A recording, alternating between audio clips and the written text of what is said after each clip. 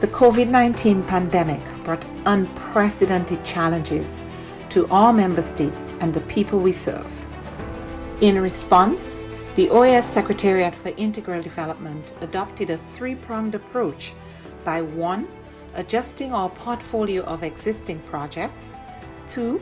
Exploring new projects to meet emerging needs, and 3. Expanding multi-sectoral partnerships.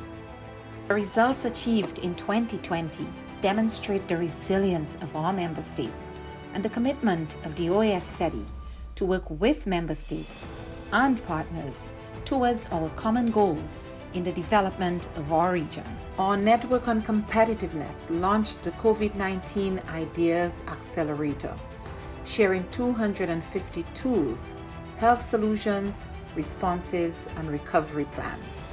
The Network for Labor Administration published a portfolio of responses from ministries of labor to COVID-19, sharing over 420 measures taken to protect workers, employment, and income. Likewise, the Inter-American Teacher Education Network series, Teaching STEM in Quarantine, provided 117,000 teachers with key tools to continue advancing STEM education during the pandemic. Through its network and platforms, the Inter-American Committee on Ports promoted international and national best practices, guidelines, protocols, and recommendations on COVID-19 safety measures and continuity of logistic operations. Initiatives such as the Education in Times of Change platform allowed us to meet urgent needs by offering timely tools on virtual education and a dedicated space for ministries to share strategies, actions, and solutions. Other programs such as the Row Fund stepped up, providing emergency grants to offset the challenges imposed on our students by the pandemic.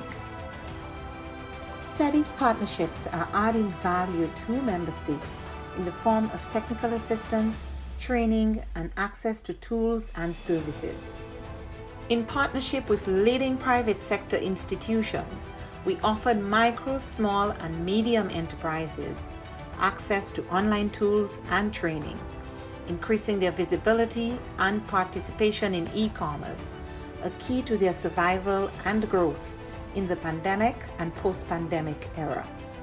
A new OAS SETI Facebook initiative provided 85,000 MSMEs across the region with capacity building opportunities and WhatsApp business tools to aid response, recovery, and resilience building. The Caribbean Small Business Development Centers program achieved real impact, supporting new businesses, expanding sales, and driving growth. The new network of Caribbean SBDCs will broaden the program's reach. The Inter-American Committee on Tourism, the C2, convened ministerial-level policy dialogue in an urgent response to the impact of the pandemic on the hard-hit tourism and hospitality sectors. Policymakers and experts discussed biosanitary protocols, travel and visa facilitation, among other critical areas for the sector's recovery. Partnering with the George Washington University and the U.S. Bureau of Indian Affairs, we went ahead with the scheduled first Indigenous Tourism Forum of the Americas, pivoting to a virtual format and convening over 240 participants from indigenous communities, the private sector, and governments. SETI also integrated sustainable development practices in the COVID-19 response. The pandemic is a daily reminder of the links between water, health, sanitation, food security, and nutrition. We ensured the continuity of our water management projects in the Plata Basin and worked with governments and partners in the design of an investment portfolio valued at $90 million. Additionally, the Energy and Climate Partnership of the Americas continued to share relevant best practices and responses to the pandemic on energy and air quality. These few examples indicate our collective impact. We cannot do this alone. It is now more urgent than ever to address the region's structural weaknesses, to recover from the health, economic, and social crises occasioned by the pandemic and prepare for future shocks. It is imperative that we work together as we risk losing recent development gains and seeing millions fall back into poverty. It is time for the region to redirect course and pursue a more sustainable, resilient, and equitable future for all. We are in this together. But the resilience building agenda is too big for any one stakeholder to address acting alone, and simply bringing together stakeholders, whether at the national, subnational, regional, or global level, is not enough. Effective, focused, and sustained coordination among stakeholders is paramount to provide countries with integrated and comprehensive support. The OAS, as a hemispheric forum and honest broker, must continue to facilitate this process while we work with member states towards the attainment of the 2030 Sustainable Development Agenda. Cooperation, collaboration, and partnerships that include all actors strengthen us, enabling us to be more than the sum of our parts. We can and we must work together. The future of our region depends on it.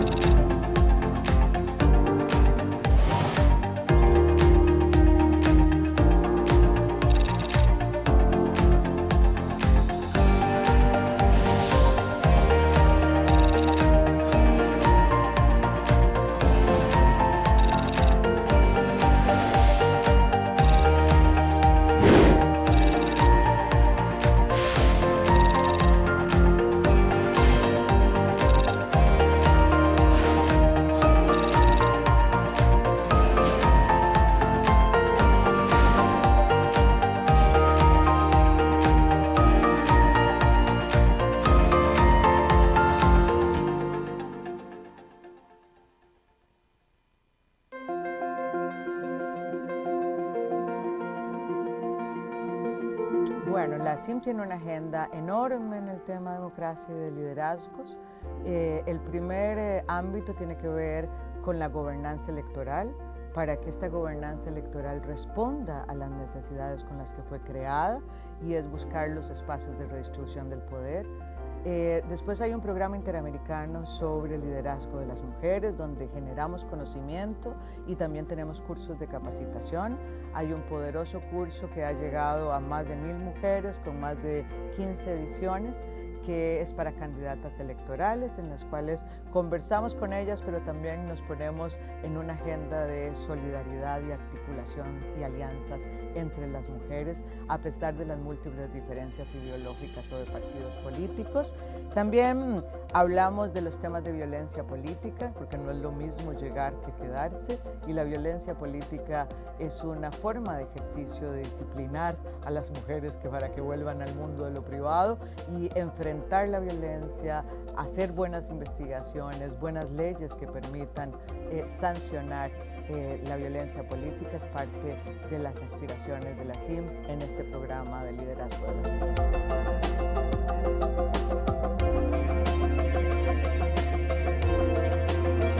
La aspiración histórica de las mujeres es estar en el mundo del público, que nuestro trabajo sea remunerado y que tenga un reconocimiento. COVID ha puesto en evidencia una profundización de las brechas existentes para el logro de este objetivo. Estas brechas existentes ahora dan cuenta de que podríamos tener un rezago de más de 2 décadas en el mundo laboral.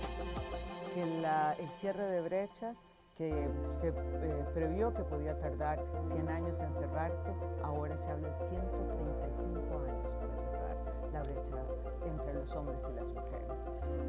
Entonces, nuestro objetivo es que miren el derecho de las mujeres al empoderamiento económico, que el statement "quédate en casa", que es un viejo conocido del patriarcado, no sea que nos quedemos en casa siempre, y que entendamos que la inserción de la mitad de la población, de este talento humano que tiene una serie de ventajas competitivas, es necesario para el crecimiento económico.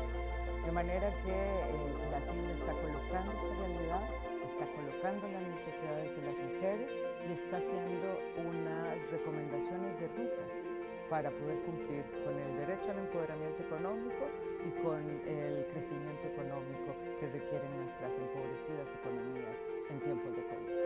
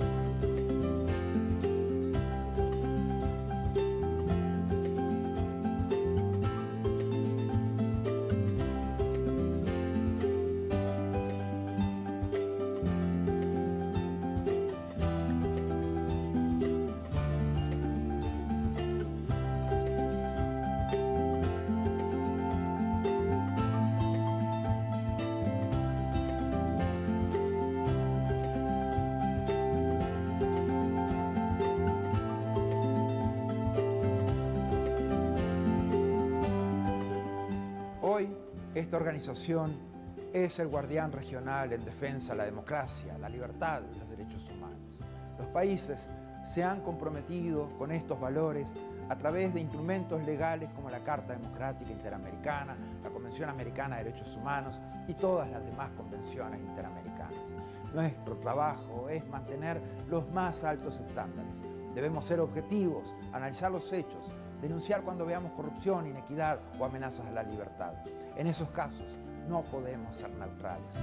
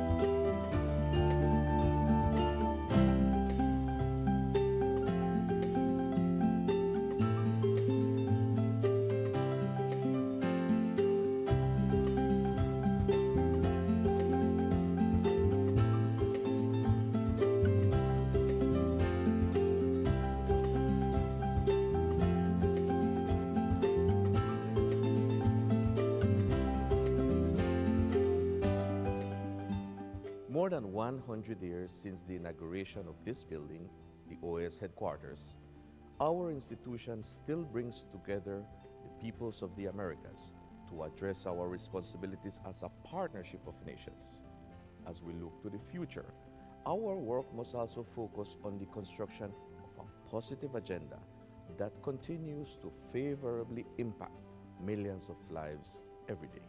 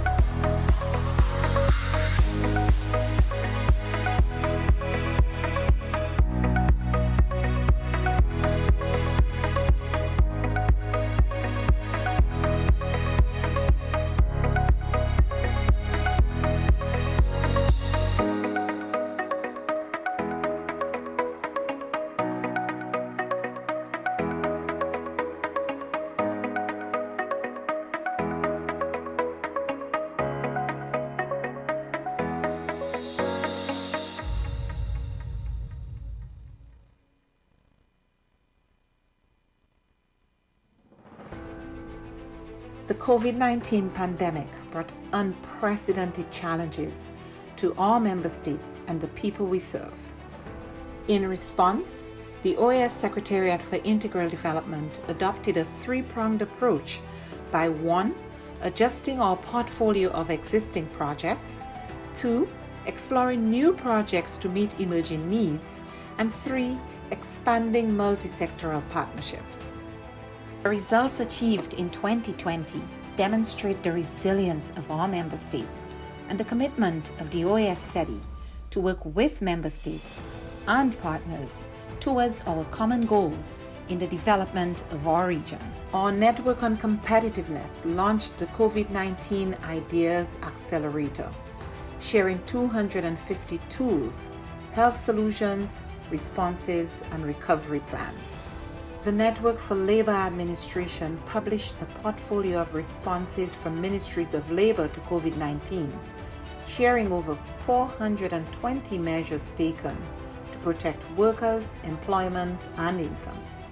Likewise, The Inter-American Teacher Education Network series, Teaching STEM in Quarantine, provided 117,000 teachers with key tools to continue advancing STEM education during the pandemic. Through its network and platforms, the Inter-American Committee on Ports promoted international and national best practices, guidelines, protocols, and recommendations on COVID-19 safety measures and continuity of logistic operations. Initiatives such as the Education in Times of Change platform allowed us to meet urgent needs by offering timely tools on virtual education and a dedicated space for ministries to share strategies, actions, and solutions. Other programs such as the Row Fund stepped up, providing emergency grants to offset the challenges imposed on our students by the pandemic. SETI's partnerships are adding value to member states in the form of technical assistance, training, and access to tools and services. In partnership with leading private sector institutions, we offered micro, small, and medium enterprises access to online tools and training, increasing their visibility and participation in e-commerce, a key to their survival and growth in the pandemic and post-pandemic era. A new OAS SETI Facebook initiative provided 85,000 MSMEs across the region with capacity building opportunities and WhatsApp business tools to aid response, recovery, and resilience building.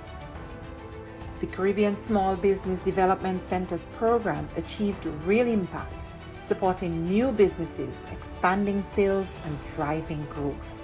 A new network of Caribbean SPDCs will broaden the program's reach. The Inter-American Committee on Tourism, the C2, convened ministerial-level policy dialogue in an urgent response to the impact of the pandemic on the hard-hit tourism and hospitality sectors. Policymakers and experts discussed biosanitary protocols, travel and visa facilitation, among other critical areas for the sector's recovery. Partnering with the George Washington University and the U.S. Bureau of Indian Affairs, we went ahead with the scheduled first Indigenous Tourism Forum of the Americas, pivoting to a virtual format and convening over 240 participants from indigenous communities, the private sector, and governments. SETI also integrated sustainable development practices in the COVID-19 response.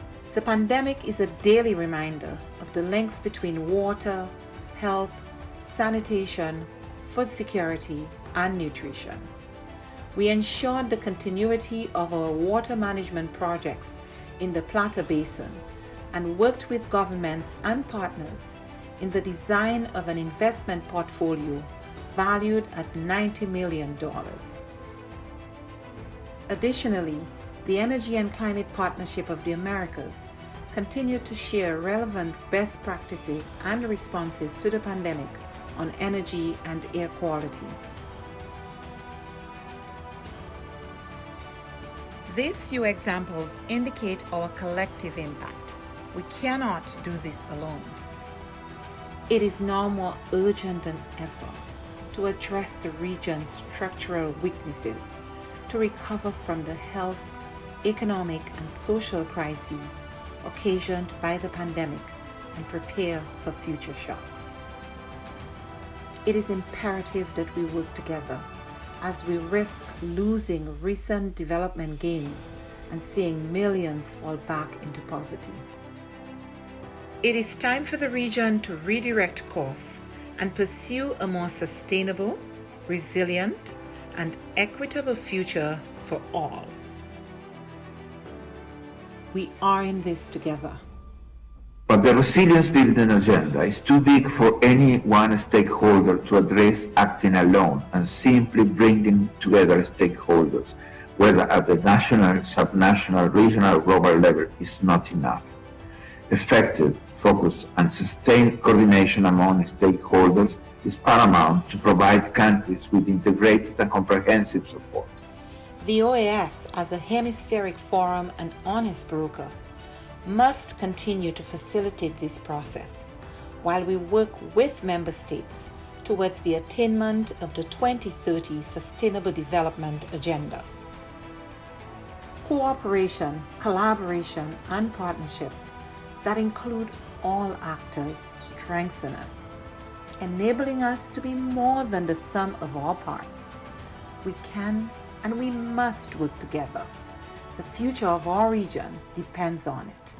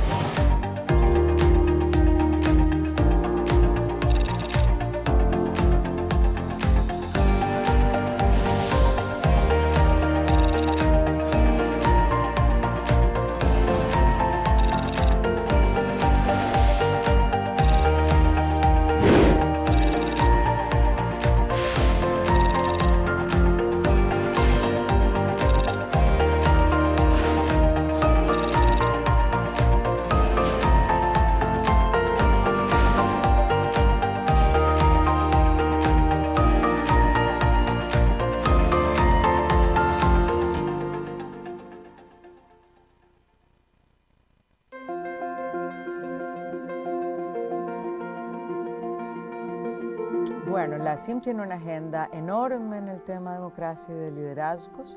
El primer ámbito tiene que ver con la gobernanza electoral, para que esta gobernanza electoral responda a las necesidades con las que fue creada, y es buscar los espacios de redistribución del poder. Después hay un programa interamericano sobre liderazgo de las mujeres, donde generamos conocimiento y también tenemos cursos de capacitación. Hay un poderoso curso que ha llegado a más de 1000 mujeres con más de 15 ediciones, que es para candidatas electorales, en las cuales conversamos con ellas, pero también nos ponemos en una agenda de solidaridad y articulación y alianzas entre las mujeres, a pesar de las múltiples diferencias ideológicas o de partidos políticos. También hablamos de los temas de violencia política, porque no es lo mismo llegar que quedarse, y la violencia política es una forma de ejercicio de disciplinar a las mujeres para que vuelvan al mundo de lo privado y enfrentar la violencia, hacer buenas investigaciones, buenas leyes que permitan sancionar la violencia política. Es parte de las aspiraciones de la CIM en este programa de liderazgo de las mujeres.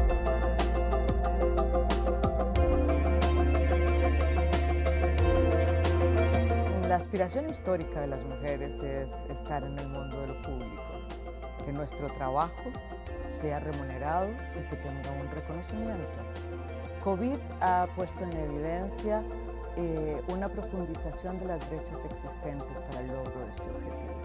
Estas brechas existentes ahora dan cuenta de que podríamos tener un rezago de más de 2 décadas en el mundo laboral, que el cierre de brechas que se previó que podía tardar 100 años en cerrarse, ahora se habla de 135 años para cerrar la brecha entre los hombres y las mujeres.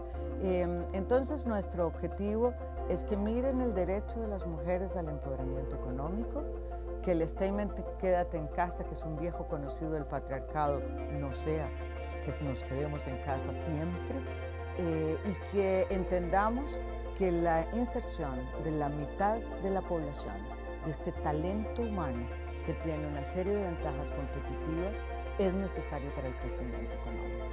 De manera que la CIM está colocando esta realidad, está colocando las necesidades de las mujeres y está haciendo unas recomendaciones de rutas para poder cumplir con el derecho al empoderamiento económico y con el crecimiento económico que requieren nuestras empobrecidas economías en tiempos de COVID.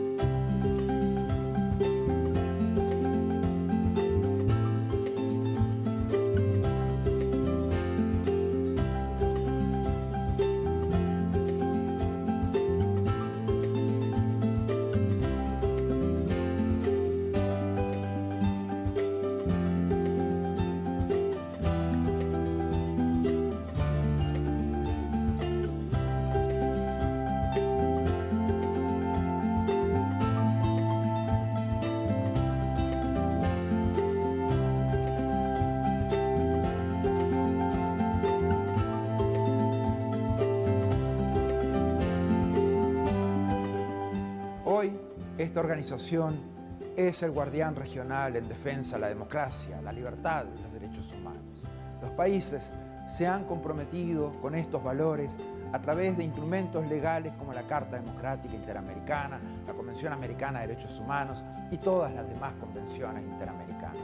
Nuestro trabajo es mantener los más altos estándares. Debemos ser objetivos, analizar los hechos, denunciar cuando veamos corrupción, inequidad o amenazas a la libertad. En esos casos, no podemos ser neutrales.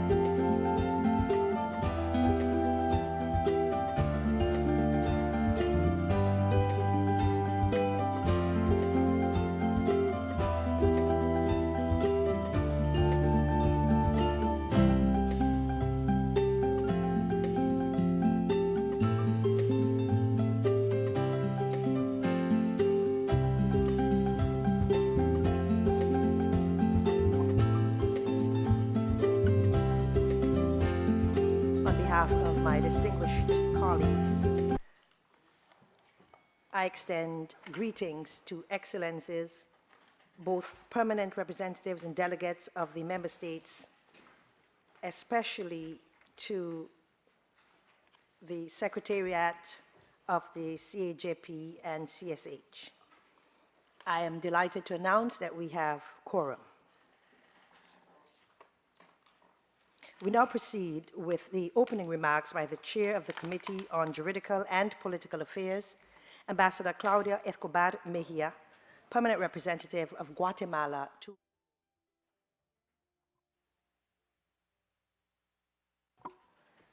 You have the floor.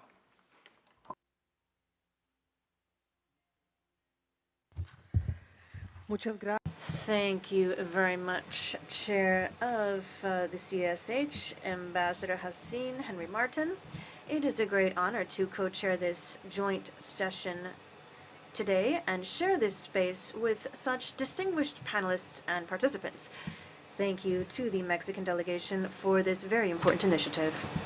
First of all, I would like to underscore that in preparation for today's joint session, we published a concept note that was prepared with support of the Permanent Mission of Mexico and supported by both chairs. This is the foundation for our deliberations today. Additionally, we distributed the agenda for the session adopted by the CAJP and the CSH in their respective regular sessions. Today, we suggest that we deepen and analyze various fundamental topics, legal and ethical challenges in cyberspace, particularly those related to AI, the application and enforcement of international and community law in this area, cybersecurity cooperation, and we will also explore responsible standards for behavior by states in cyberspace. The growing influence of cyberspace in our societies has led to new opportunities, but it also leads to risks and challenges that we need to tackle with a balanced approach in order to maximize their benefits while mitigating any threat. International law in cyberspace has been a pertinent issue addressed in many multilateral fora, including at the OAS. Without getting too far into details, for example, the Department of International Law, the Inter-American Committee Against Terrorism, and others have worked on studies on legal tools to address these challenges, underscoring the need to establish clear standards on states' behavior in cyberspace. Despite the advancements we've achieved, there are still challenges related to harmonizing global standards on the ethical use of AI. In this session, we will be reflecting on how new technology interacts with international law and the importance on ensuring that its development respects human rights while promoting peace and security on the global stage. In order to address each of these topics, we have valuable participation from outstanding panelists from various sectors, including governments, the UN, the International Committee of the Red Cross, and other organizations. As chair of the CAJP, I trust that this session will be highly productive with valuable interventions that will contribute to our efforts to effectively enforce international law in cyberspace. In order to ensure appropriate institutional memory, I would call in all panelists and also every single one of your delegations to provide the text for your interventions to the Secretariat of the CAJP and the CSH in order to prepare a detailed summary of today's meeting. And finally, I would like to remind you that the time limit for each intervention is 7 minutes for panelists and 5 minutes for delegations. If we go over the time limit, unfortunately, we will have to interrupt you in order to ensure appropriate development of today's session. Thank you very much. A continuación, conforme el tema. Now, following our agenda, we will hear from the Secretary for Legal Affairs, Jean-Michel Arrigui. Dr. Jean-Michel, I give you the floor and welcome to today's session. Muchas gracias. Thank you very much, and I'm honored to be with the chair of the CAJP, and the chair of the CSH as well, Ambassador of Mexico, who is acting as moderator of our session. Dear delegates, ladies and gentlemen, colleagues, members of the General Secretariat and other secretariats, including the SMS, the Secretariat for Legal Affairs, and dear panelists. This is a topic in which law continues to lag very far behind technological advancement. We face new challenges, technological evolution, and it's difficult to predict what will happen at such a dizzying speed when we're trying to create an international legal framework that was created decades ago to address other types of problems, adopted when those who wrote it couldn't even imagine what we would be working with today. Conventions on land and air, standards on human rights, humanitarian law, on the use of force, legitimate self-defense. These are concepts such as territorial sovereignty, shared heritage of humanity, and international responsibilities or the obligation to cooperation between states. Please allow me to give you just one example regulated by the prior conventions, but which is now largely obsolete and presents serious challenges. That is nationality and the responsibility of space objects and the production of waste in space. The legal framework was created when just a few countries were able to even address this issue. And today, this is infinite, and much of it comes from multinational private companies. The users of these services all include all of us, and a wide range of access. How can we ensure appropriate use and assign responsibility and liability or sanction when necessary? Throughout today's session, we will hear about these new challenges, which require all of us to look at it from a legal perspective and to do so quickly in order to catch up so we lag behind at least a little less. The report from 2022 from the CIJP has a detailed list of standards, principles, and various developments and proposals that currently are included in international law. And in the framework of the OAS, through our political bodies, we note the recognition by the GA in 2020 of the enforceability of international law in cyberspace, followed by a special session of the Council held in 2022 and another in 2024 on the link between this topic and international humanitarian law. In 2022, there was a special session of the CIJP dedicated to strengthening the regime of responsibility in using international ICT. In the work of the SICTE and the Secretariat of Legal Affairs, the Secretariat of Legal Affairs has provided work with the Department of Legal Cooperation in the framework of REMHA, which has held over 57 workshops and trained over 3,000 prosecutors in fighting cybercrime. The Department of International Law, which has been providing courses, diplomatic academies, organizing webinars and seminars on international law and cyberspace, as well as the organization of meetings with the Secretariat of SICTE.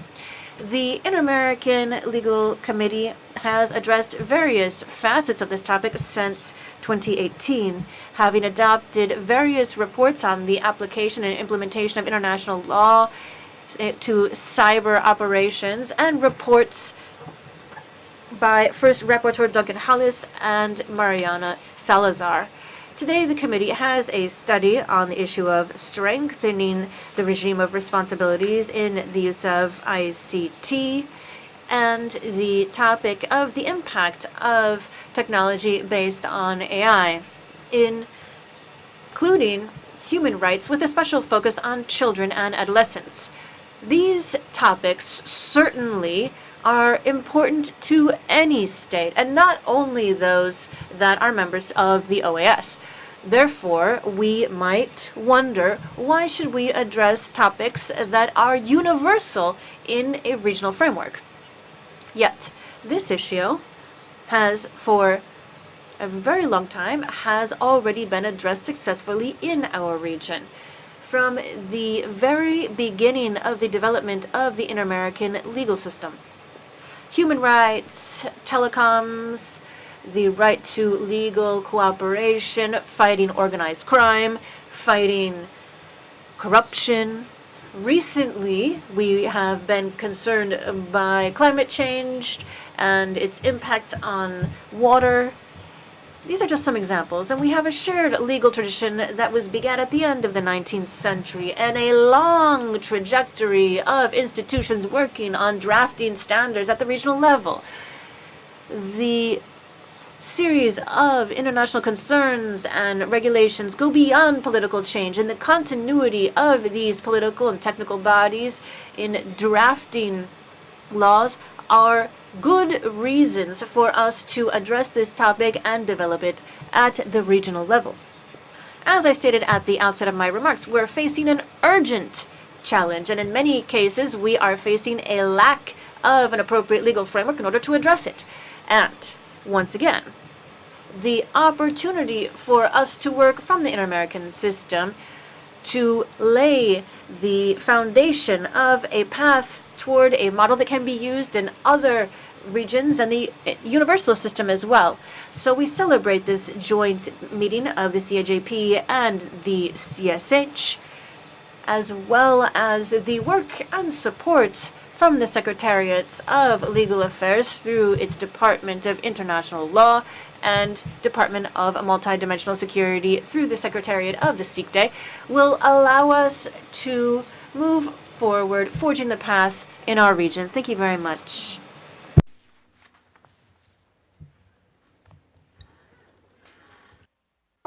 Thank you very much, Dr. Arrighi, Secretary for Legal Affairs, for your presentation. We now proceed with the presentation by the Secretariat of the Inter-American Committee Against Terrorism, Mrs. Violanda Botet, Deputy Executive Secretary of the OAS Secretariat of the Inter-American Committee Against Terrorism. Welcome to this joint meeting of the Committee on Juridical and Political Affairs and the Committee on Hemispheric Security. I'm delighted to offer you the floor.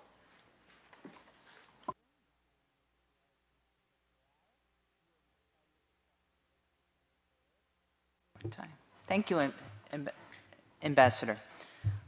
Distinguished permanent representatives, distinguished delegates, it's my honor to address you today on behalf of the Inter-American Committee Against Terrorism.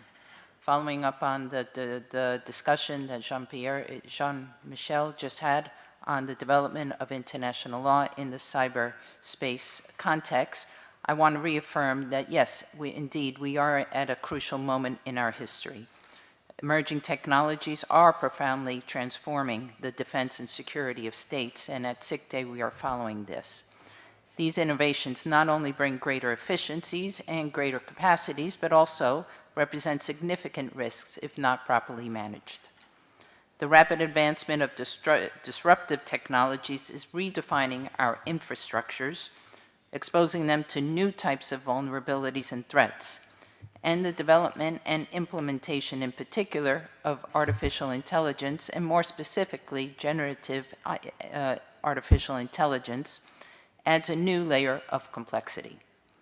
It's a real possibility that artificial intelligence could be used by malicious actors, such as terrorists or criminal groups, to automate cyber attacks, allowing them to increase the complexity of their tactics and techniques, and even manipulate information on a large scale, impacting the stability of states.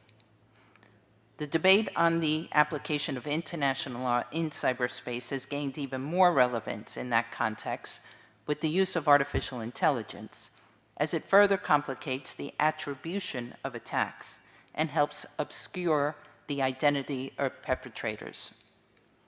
These scenarios compel us to address fundamental questions about responsibility, as Jean-Michel just said, and attribution in cyberspace.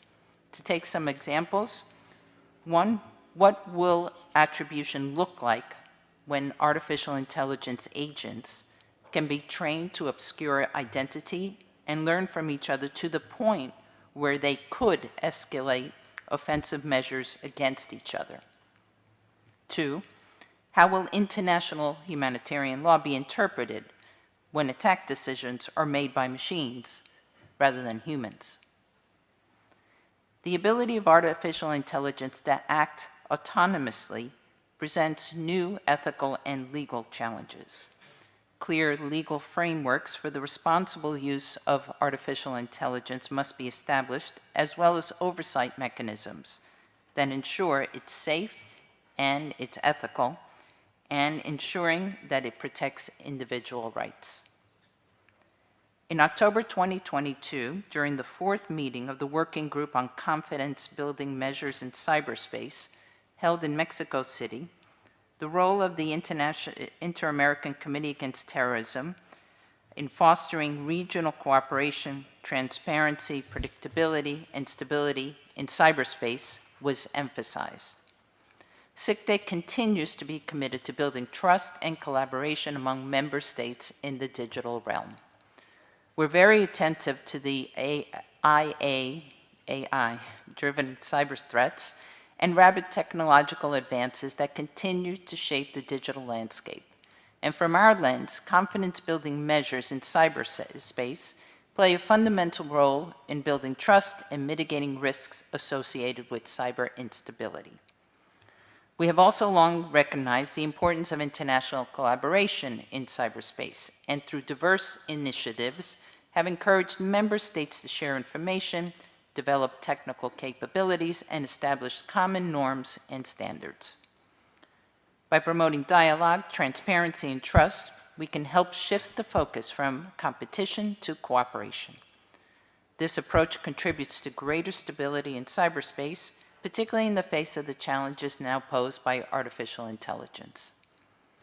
Cooperation will be essential to harness the potential of artificial intelligence in Latin America and the Caribbean.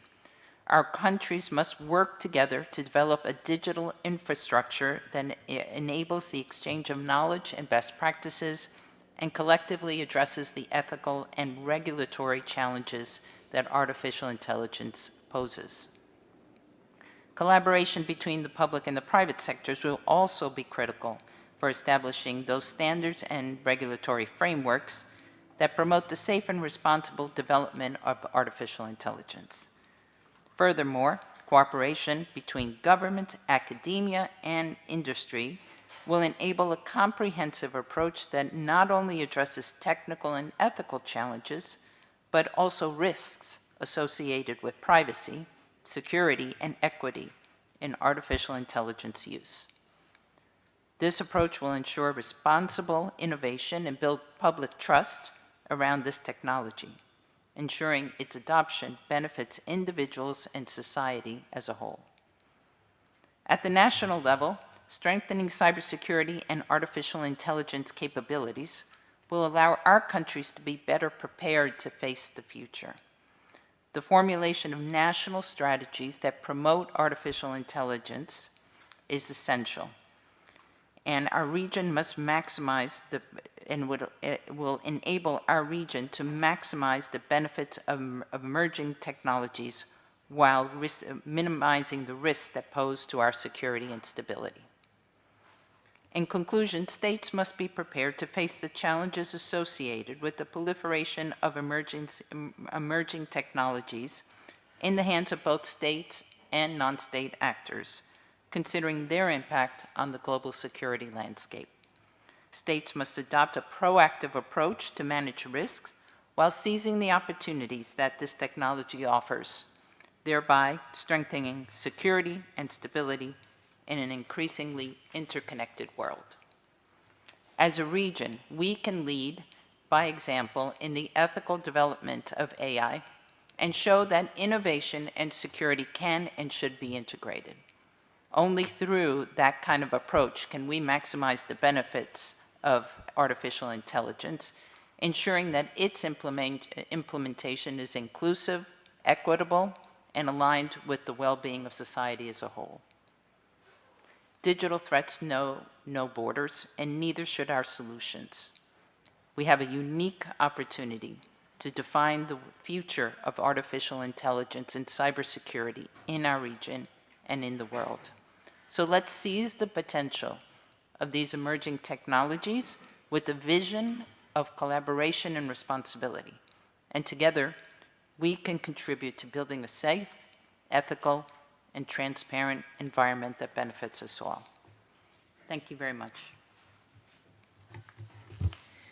Muchas gracias. Thank you very much, Ms. Yolanda Botet, Executive Secretary of SICTE. We thank you for your presentation. Now we will start with our panel where we will address the current state of global discussions on the application of international law in cyberspace. During this panel, we will discuss key matters, including the possible impacts of the use of artificial intelligence in the area of cyberspace, as well as the current and future challenges when it comes to the applicability of the international legal framework, both in times of peace and in times of armed conflict. To moderate this panel, I am pleased to give the floor to the distinguished ambassador, Luz Elena Baños Rivas, the permanent representative of Mexico before the OAS. Ambassador Baños, you have the floor.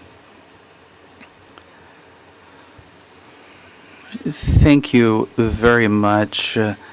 Thank you to the chairs of the CAJP and the CSH, and Ambassador Escobar and Henry Martin, and to the Secretariats of Multidimensional Security, and thank you to all colleagues. It's an honor to preside over this panel regarding one of the most complex and dynamic matters of our time, the applicability of these weapons in cyberspace. We live in an interconnected world where technological advances are offering us major benefits, but they also pose unprecedented challenges. The speed of these developments have surpassed the ability of laws and international rules to be able to adapt to them. That is why it leaves cyberspace as a place where there are legal loopholes, risk to ethics as well. So when it comes to technology such as AI and the impact of cyberspace on peace and security and international security, we need a robust response that is based on international law. As a result, this panel will try to help us understand in a more comprehensive fashion when it comes to this matter, how we can explore specific approaches to governance and regulation in cyberspace. That is why we have 4 distinguished experts with us who will share their points of views and their knowledge regarding the different areas of these challenges. First, we will hear from Mariana Salazar Albornoz. She's a former rapporteur of the Inter-American Juridical Committee on the topic of international law and state cyber operations. She is a recognized expert. She will offer us an outlook on the legal framework on the international sphere when it comes to cyberspace, and she will talk about the achievements as well as areas that pose challenges. Then we will hear from Mr.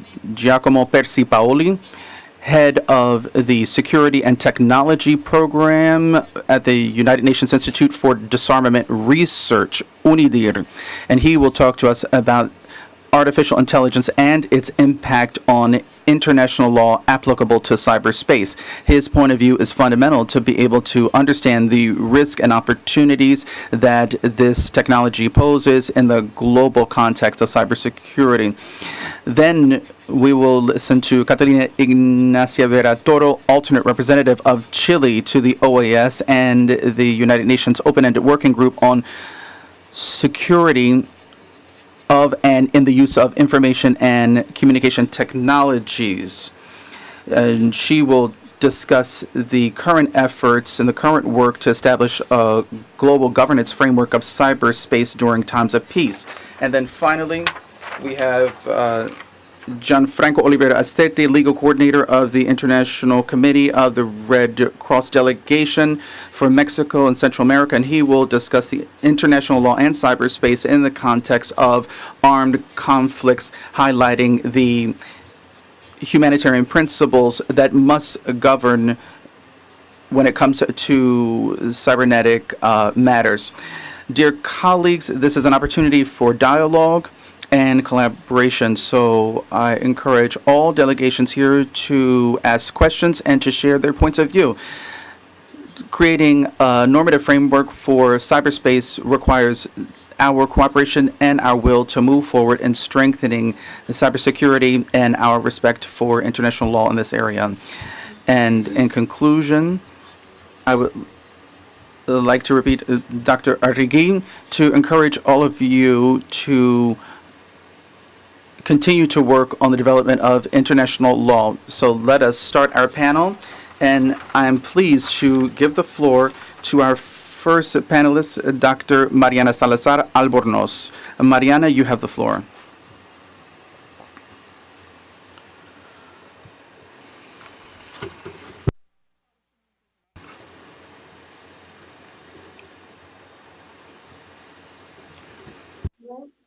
Muchas gracias a la Comisión de Asuntos Jurídicos y Políticos y a la Comisión de Seguridad Hemisférica de la OEA, así como a la Misión Permanente de México ante la OEA, por esta invitación a participar en esta sesión conjunta para discutir un tema tan relevante en las discusiones jurídicas actuales como es la aplicabilidad del derecho internacional al ciberespacio. Uno de los principales retos relativos al derecho. The interpreter apologizes. The sound does not allow for interpretation. Tanto en el sector público como en el privado, el hecho de que el Internet o el ciberespacio no tiene fronteras. Inicialmente se había idealizado al Internet como una tierra de nadie, en donde no hubieran leyes y donde todos los usuarios pudieran tener libertad absoluta de actuación. Esto llevó en los inicios de las discusiones sobre el Internet a un debate sobre si el ciberespacio... Mariana, perdón. Mariana, if you could please move closer to your microphone. We can hear your voice, but the sound is not clear enough for interpretation. Thank you. Can you hear me? It's a little bit better, but it still could be improved.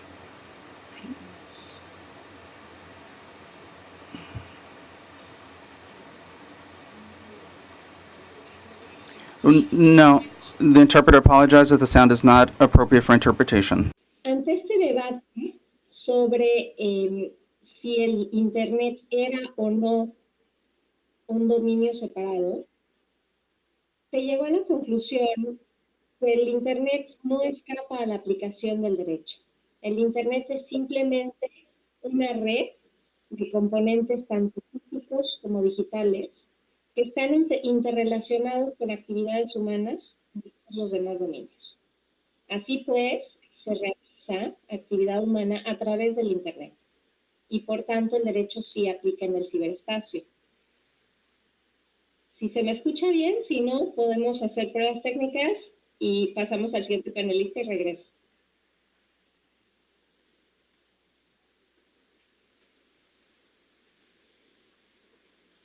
¿Sí se escucha bien? Creo que vamos. I think that we are going to move forward with the next panelist, Mariana, while our technical colleagues can provide some help. But it's important to be able to hear you correctly for interpretation.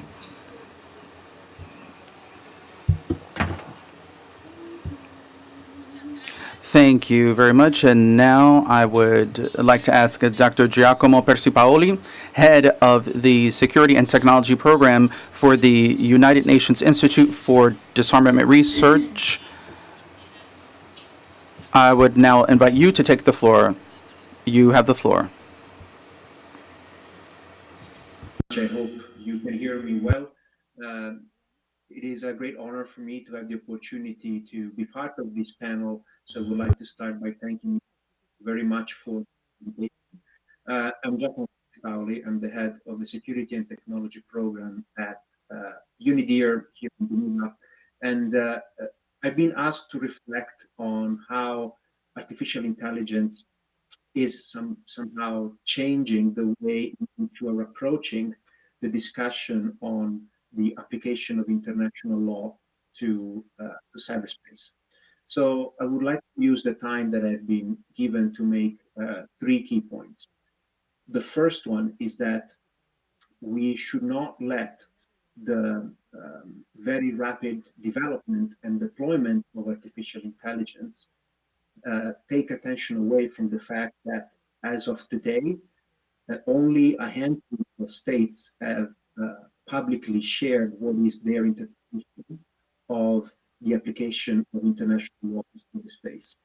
We're talking about just over 30 individual national positions, which are then to which we can add the recently developed regional position by the African Union.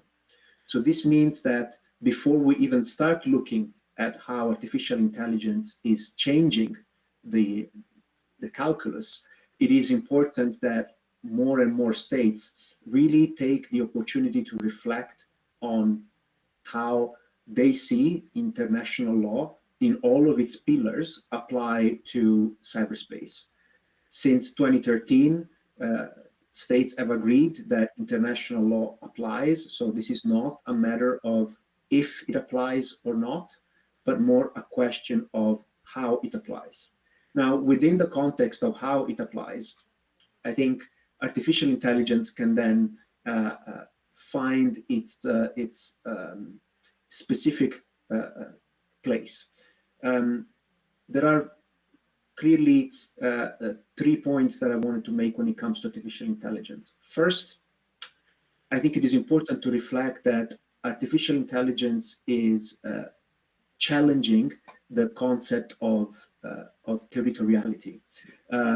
In an interconnected AI and cyber world, the infrastructure that underpins the functioning of many AI applications that are commonly and increasingly used even to support the functioning of critical infrastructure or critical services, they may challenge the notions of territory, which is a foundational concept in international law. And this is because, unlike other types of infrastructure, AI systems often function across multiple jurisdictions simultaneously. And by AI infrastructure, I mean data centers, data processing facilities, or even locations where decisions, models are run. They may all be dispersed around the world in different jurisdictions, different states. Now, this reality clearly complicates the application of principles of sovereignty, which is, traditionally rooted in the physical world, in the physical boundaries. Just to give you a more concrete example, if AI-driven cyber attack is originating from one state's infrastructure and impacts another state's interest, but is somehow processed through the cloud servers that are distributed across multiple jurisdictions, how does this translate to the principle of responsibility, the principles of due diligence, the principles of sovereignty and territorial jurisdiction? So this is, to me, a very concrete example of how it is important that states, first of all, they investigate further and they become more public with their interpretation of how international law applies, but also that we build a stronger awareness of how AI is actually delivering its impact. Because sometimes we talk about AI as if it's a system or an entity that lives only in the digital space, but this is not the case. AI systems have very strong physical infrastructure that is distributed across the world, and that's where states have to start thinking about scenarios in which either their own AI infrastructure is targeted, or the target reside in a third country, but their AI infrastructure is leveraged to execute the attack. Another point that I think is important that we make, and with this I will wrap up in the interest of time, is the concept of accountability and attribution. When it comes to discussions on accountability in relation to potentially AI systems that are used to automate cyber attacks in a way that potentially go beyond the initial intentions or go beyond what humans can control or limit. There is, of course, clear consequences when it comes in both in the context of peacetime for unwarranted escalation or unwarranted spillover effects that may be the result of an AI system that takes action that were not originally intended by the human decision maker, but also in the context of conflict. Of course, it causes significant questions on the ability to comply with international humanitarian law, and in particular with the principles of distinction and proportionality. Now, these discussions have been the core and center of negotiations that states have been undertaking in the context of lethal autonomous weapon systems for more than 10 years now, since this started. But the core concept of meaningful human control that has to be retained in the context of autonomous weapon systems is somewhat absent for now when we're talking about potential AI cyber capabilities. One last point to close this point is that particularly when it comes to the use of AI as a capability multiplier for military purposes, I think it is important that states have an obligation under international humanitarian law to ensure that their means and methods of warfare, and this does include cyber means and methods of warfare, are clearly capable of being used in compliance with existing legal obligations. So the process of legal reviews that is happening in the context of physical weapon systems, there is absolutely no reason why it should not be applied also in the context of offensive cyber capabilities as they're being developed. And with that, I thank you very much for your attention, and I give you back the floor.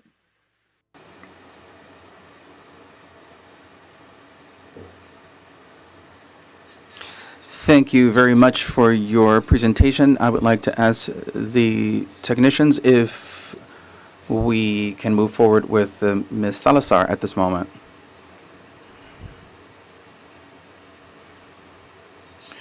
Very well. Dr. Salazar, you have the floor.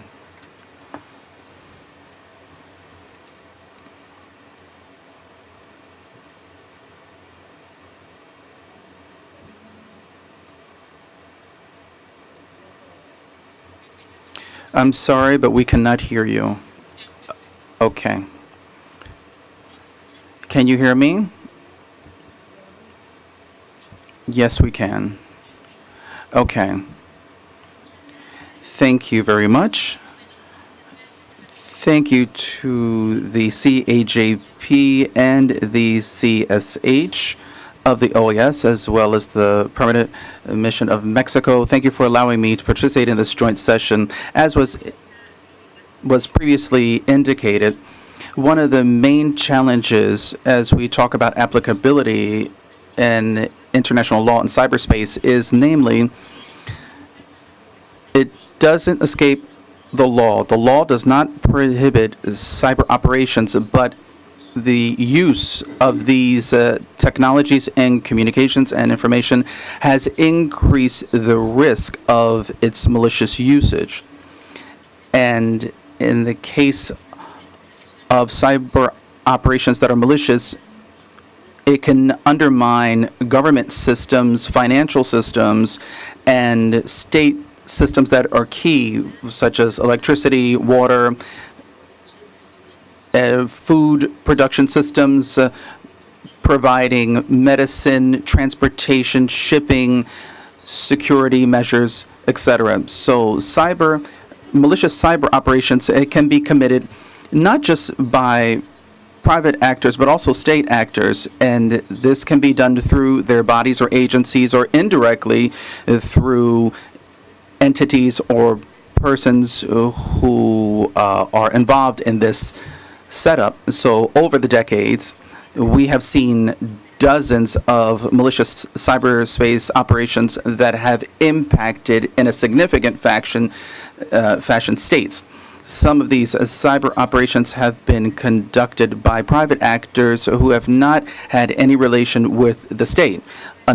Others, however, have come from other states, whether it's because it's another state directly through other states that have conducted cyber attacks, or because this state has hired actors to commit these cyber attacks. However, the matter of attribution is a very delicate matter. To date, no state has recognized its own authority when it comes to malicious cyber actions. Those who have been victims of these cyber attacks have based their assumptions on internal dialogue or whatever evidence that they can achieve or have, and this has been done through political speeches, political affirmations, which have implications and impacts, but they're not legal. But to date, no case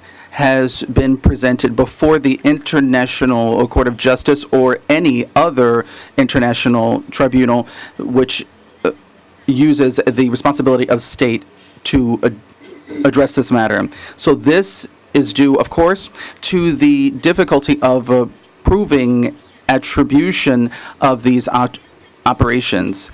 And given the scope that some of these specific actions have happened, this has to do with international law, and we need to look into this further. As was mentioned before, discussions on this matter started in 1998 as part of the United Nations. Since then, discussions in multilateral fora on the matter of the responsibility of states in cyberspace, these conversations have been conducted through 6 governmental expert groups and 2 open-ended working groups. One of those groups continues to operate until 2005. In both of these spaces, we have recognized the need to continue discussing the reach of international law in cyberspace. There is a consensus in that international law does apply, but as was mentioned by Giacomo, it is not in this context where we discuss on how this applies. So in the case of Latin America, and in the case of the OAS states, diverse states have actively participated in these discussions, not only members of the governmental working groups and even the chair of this group, which is the case of Brazil, or experts from Mexico and Uruguay, but also with the active participation of member states of the OAS in both of these working groups.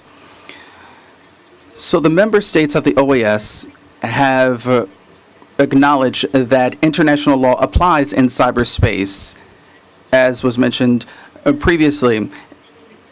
And this was a resolution in 2020 at the OAS General Assembly.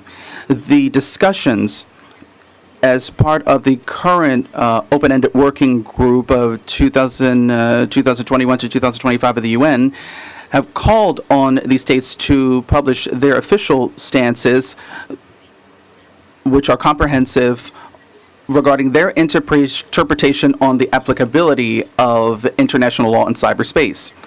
To date, 30 states and one regional organization, that is the African Union, have completed this. In the case of the OAS, the United States, Canada, Brazil, Costa Rica, and Cuba have already published their stances. All of the other states of the OAS are in the process of analyzing this, and they have not made their corresponding publications regarding their stances on this matter. This does not mean that they are not participating in the discussions. In fact, they are actively participating in discussions, but the comprehensive written stance of these member states have just simply not been published just yet.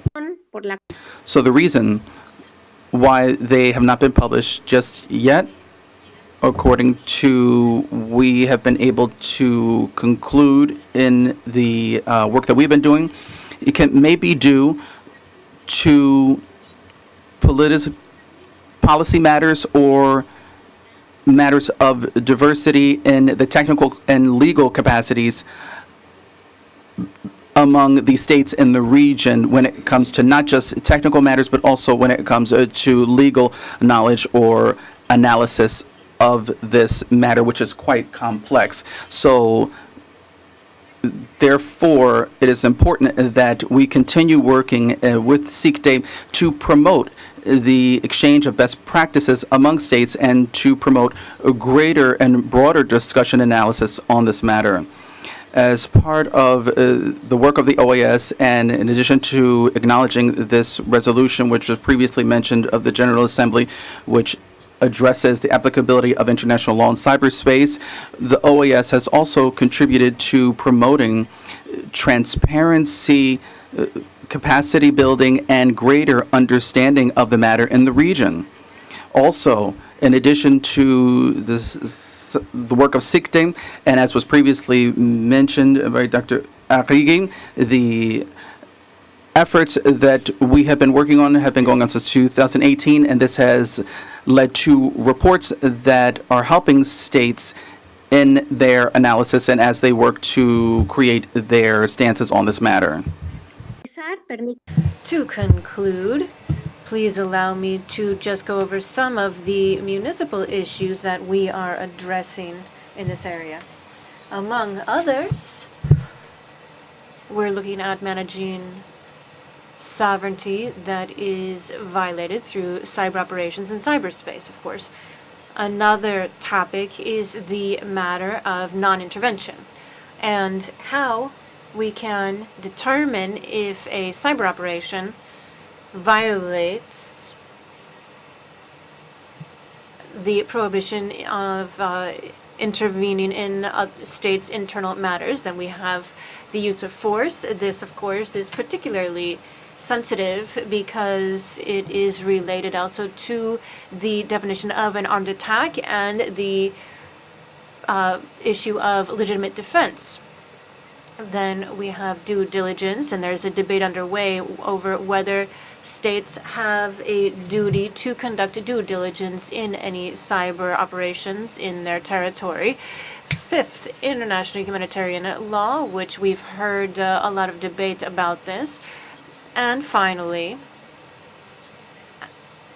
interpreter was unable to hear, and that is related to rights and privacy, as well as personal data protection, among others.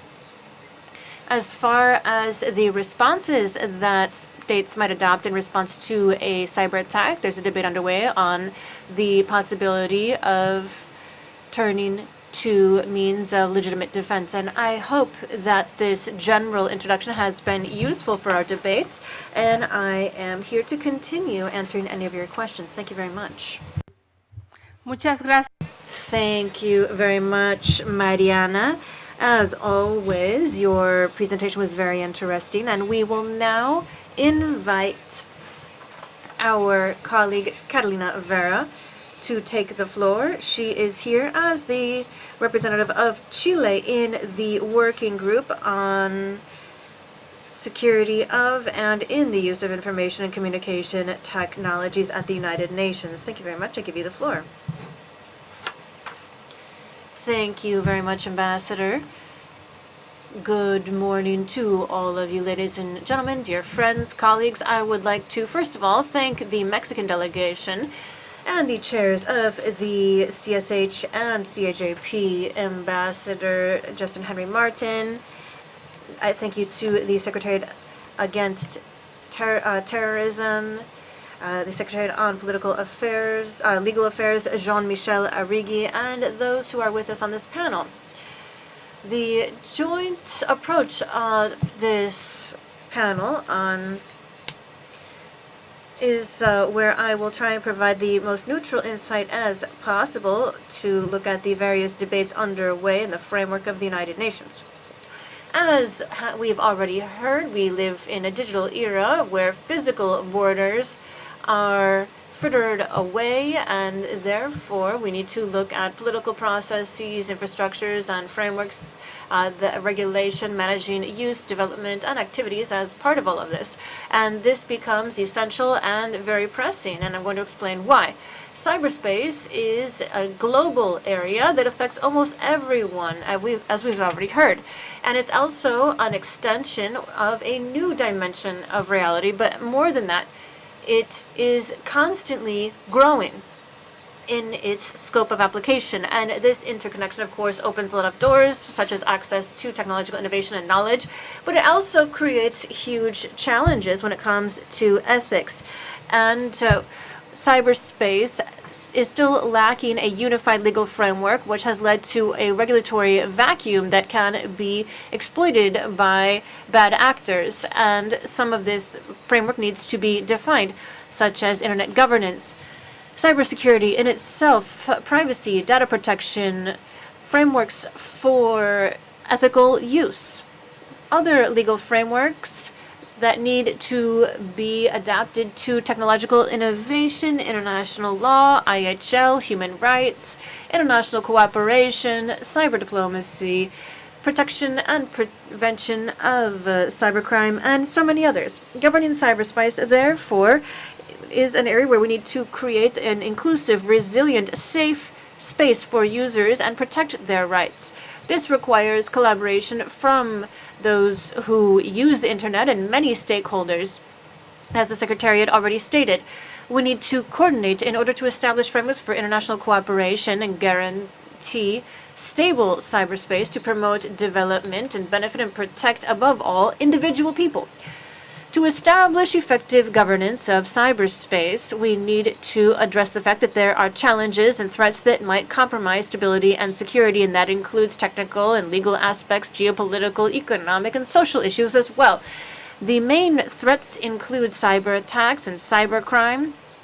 This has an impact on people, but also they are very damaging to the economies of our states, and ransomware or other attacks on critical infrastructure are key examples of that.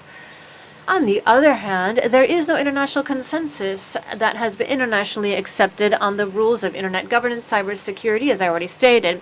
States have different interests, priorities, capacities, and approaches to these topics, and that even includes religious and cultural issues, which are very prevalent in the current debates underway.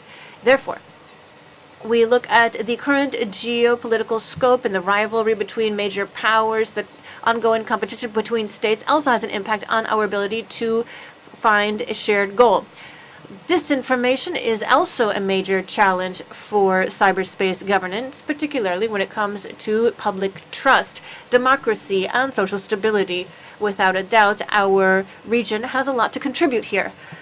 On the other hand, the dizzying speed of technological change makes it even more difficult. Quantum computing and the blockchain are all additional challenges and risks which require technical standards and frameworks in order to ensure that they are used responsibly.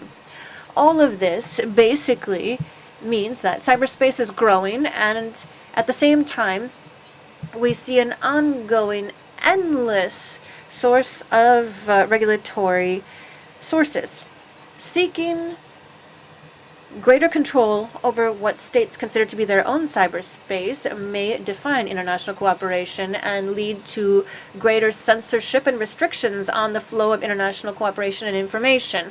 Some governments may adopt authoritarian measures in order to achieve that so-called security in cyberspace and thereby limit fundamental freedoms such as freedom of expression, controlling information online, or even monitoring the activities, for example, of use on various apps. That includes during election periods.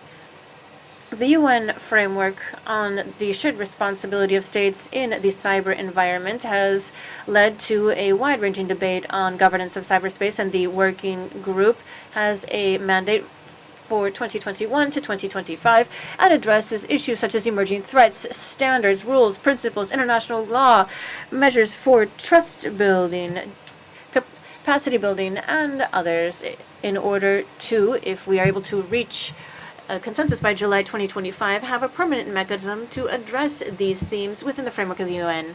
As far as international law, it's essential for cyberspace governance to address standards that govern states' behaviors, and this involves working with stakeholders to address contentious issues. A lot of national positions need to be identified as far as international law in this area, and this is an aspect that our region needs to continue making progress in. With IHL is an area where we still do not have any consensus or agreement on its scope of application by 2024. It's also worth noting that the 11 voluntary standards are non-binding but address states' responsibility with the aim of promoting safe cyberspace that is also peaceful and affordable, as well as implementation of CBMs. And this is part of the work that we're doing at the regional level in cyberspace and the creation of capacity building and development. And this is fundamental for our region. It plays a very pertinent role when it comes to projecting strong, robust governance in time that is future-proof. One aspect that is key that I would like to share with all of you is that modern governance of cyberspace, it needs to have a gender perspective as well. As women and girls face more risks online, such as harassment and access to training on cyberspace, and we need to recognize that diversity is fundamental in order to ensure inclusive, safe cyberspace, and our region is driving that in the Open-End Working Group, and also working on language that has been adopted for the Convention Against Cybercrime. Another example is Women in Cyber Fellowship. I am part of that group, and we are developing significant participation, meaningful participation of women in digital governance and promoting diversity in the Open-Ended Working Group to achieve, and this is something very unique, that currently the debates in that forum are equal with parity. Therefore, we look at the work of donors such as Canada and the US in our region. To conclude, I would just like to mention that global governance of cyberspace in times of peace is a multifaceted challenge that requires genuine cooperation between stakeholders to build trust. The key is finding a balance in order to take advantage of the benefits while addressing challenges such as privacy, cybercrime, and protecting everyone's data. This is essential in order to avoid digital conflicts, as well as to ensure that these new digital frontiers are managed safely, equitably, and fairly. We can play an important role at the OAS in order to build cyberspace governance at the global level, and today we have traditional geopolitical disputes and conflicts which are altering geopolitics globally, and we can promote working guidelines aimed at multilateral governance and finding shared understanding. Thank you very much. Muchas gracias. Thank you very much for your intervention. And to conclude, we will have a presentation from Jean-Franco Oliveira Astete, who is the legal coordinator of the International delegation for Mexico and Central America for the ICRC.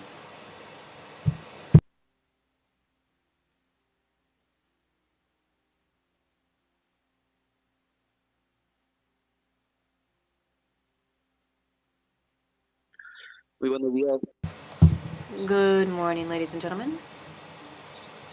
I hope you are all well, and first of all,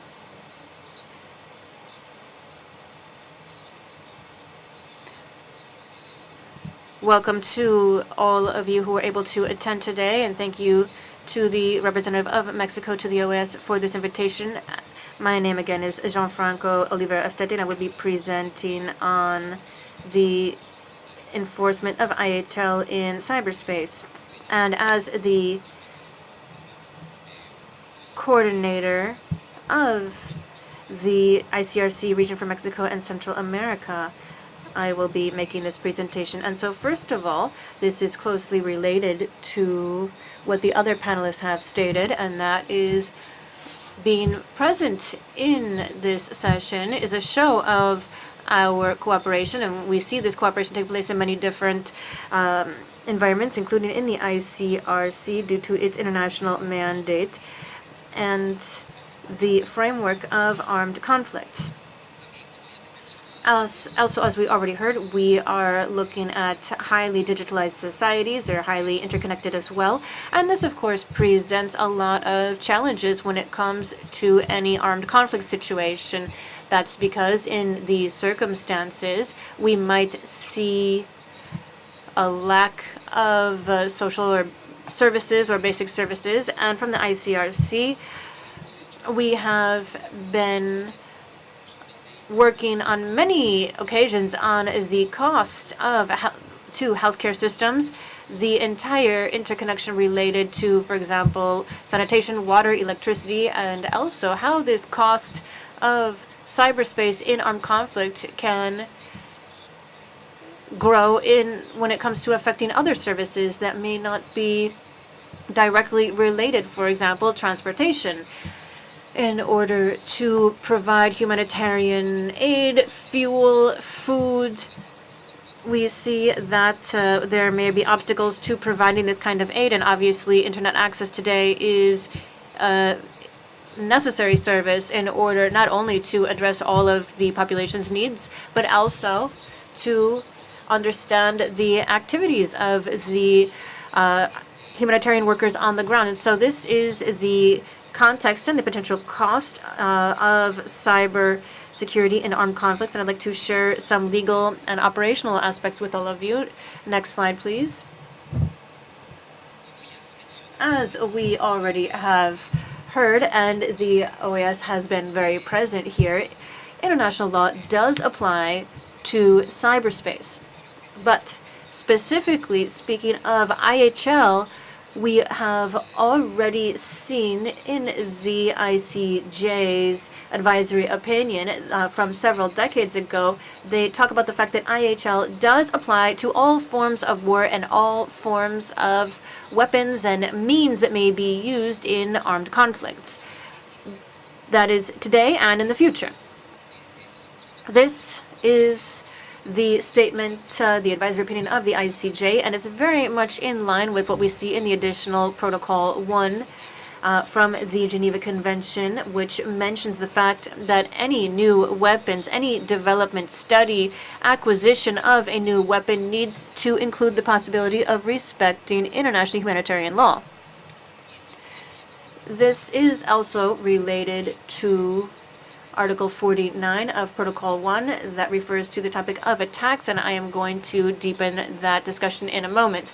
So first of all, in the framework of the International Committee of the Red Cross's position, we see IHL as a branch of international public law, and that includes cyberspace. And today we do have an increasingly broad consensus at the global level when it comes to this statement. From the ICRC, we have been supporting, and we actually salute this census that's being built. Next slide, please. Now, and this is something that the panelists today that preceded me have already mentioned, and that is that the issue is no longer whether it applies or not. In the ICRC, this is no longer a question that we're trying to answer. The question rather is we need to look at how it is applied.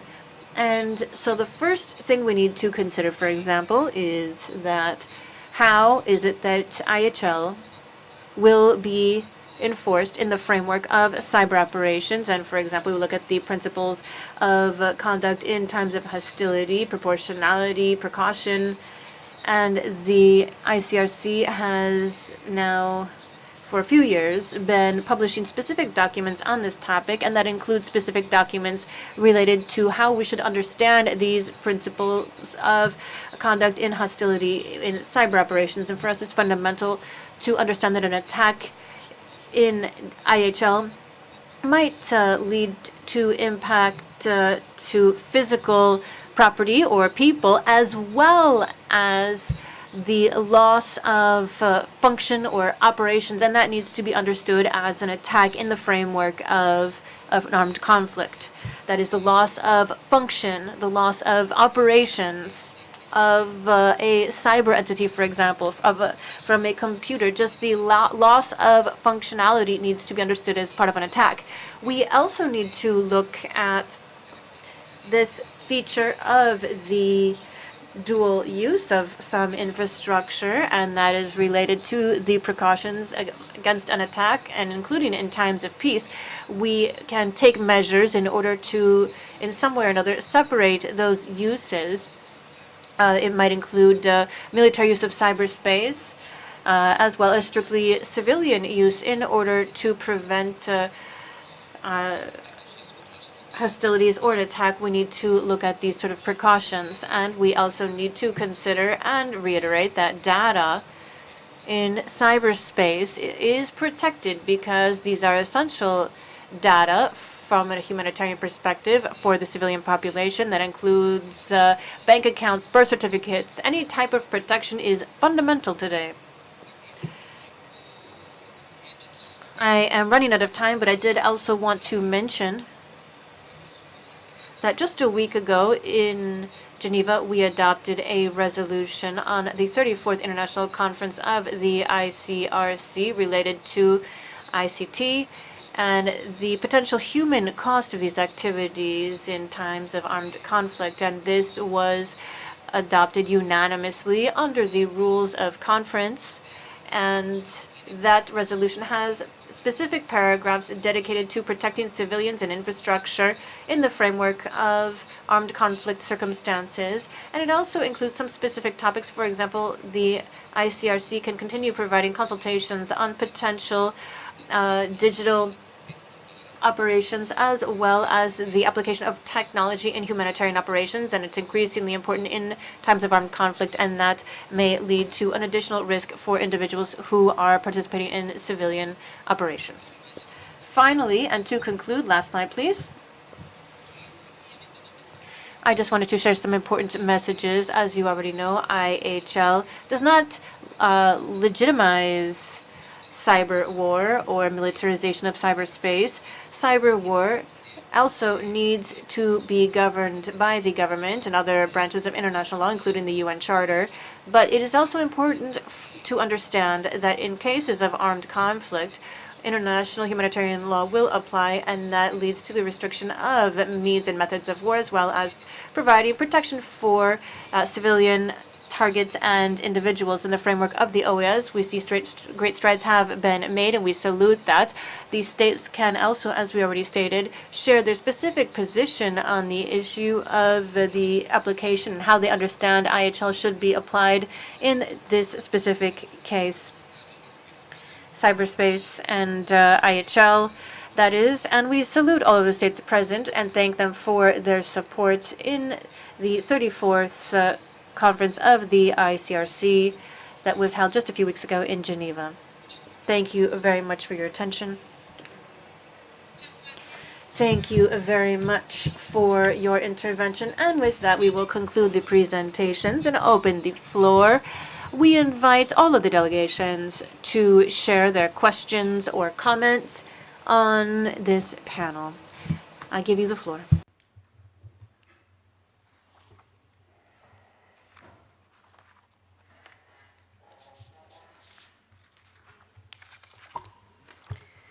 I'd like to join with my distinguished co-chair and distinguished moderator, Ambassador Luz Elena Baños Rivas, who moderated the central panel. And I'd also like to express thanks to the panelists for their interventions, their investment of time in preparing for and participating in this event, and for guiding the Committee on Hemispheric Security and the Committee on Juridical and Political Affairs in their reflections on this sensitive issue. I think Ambassador Baños has already opened the floor. This would be the 5th item on our agenda of the meeting, but I just wanted to remind, on behalf of the moderator and my co-chair, that there will be a maximum time allocated for interventions of 5 minutes per delegation. And I do have to say it, it's on the sheet before me, and I think it warrants being said that interventions going over that time may be interrupted. Sorry. The floor is now open.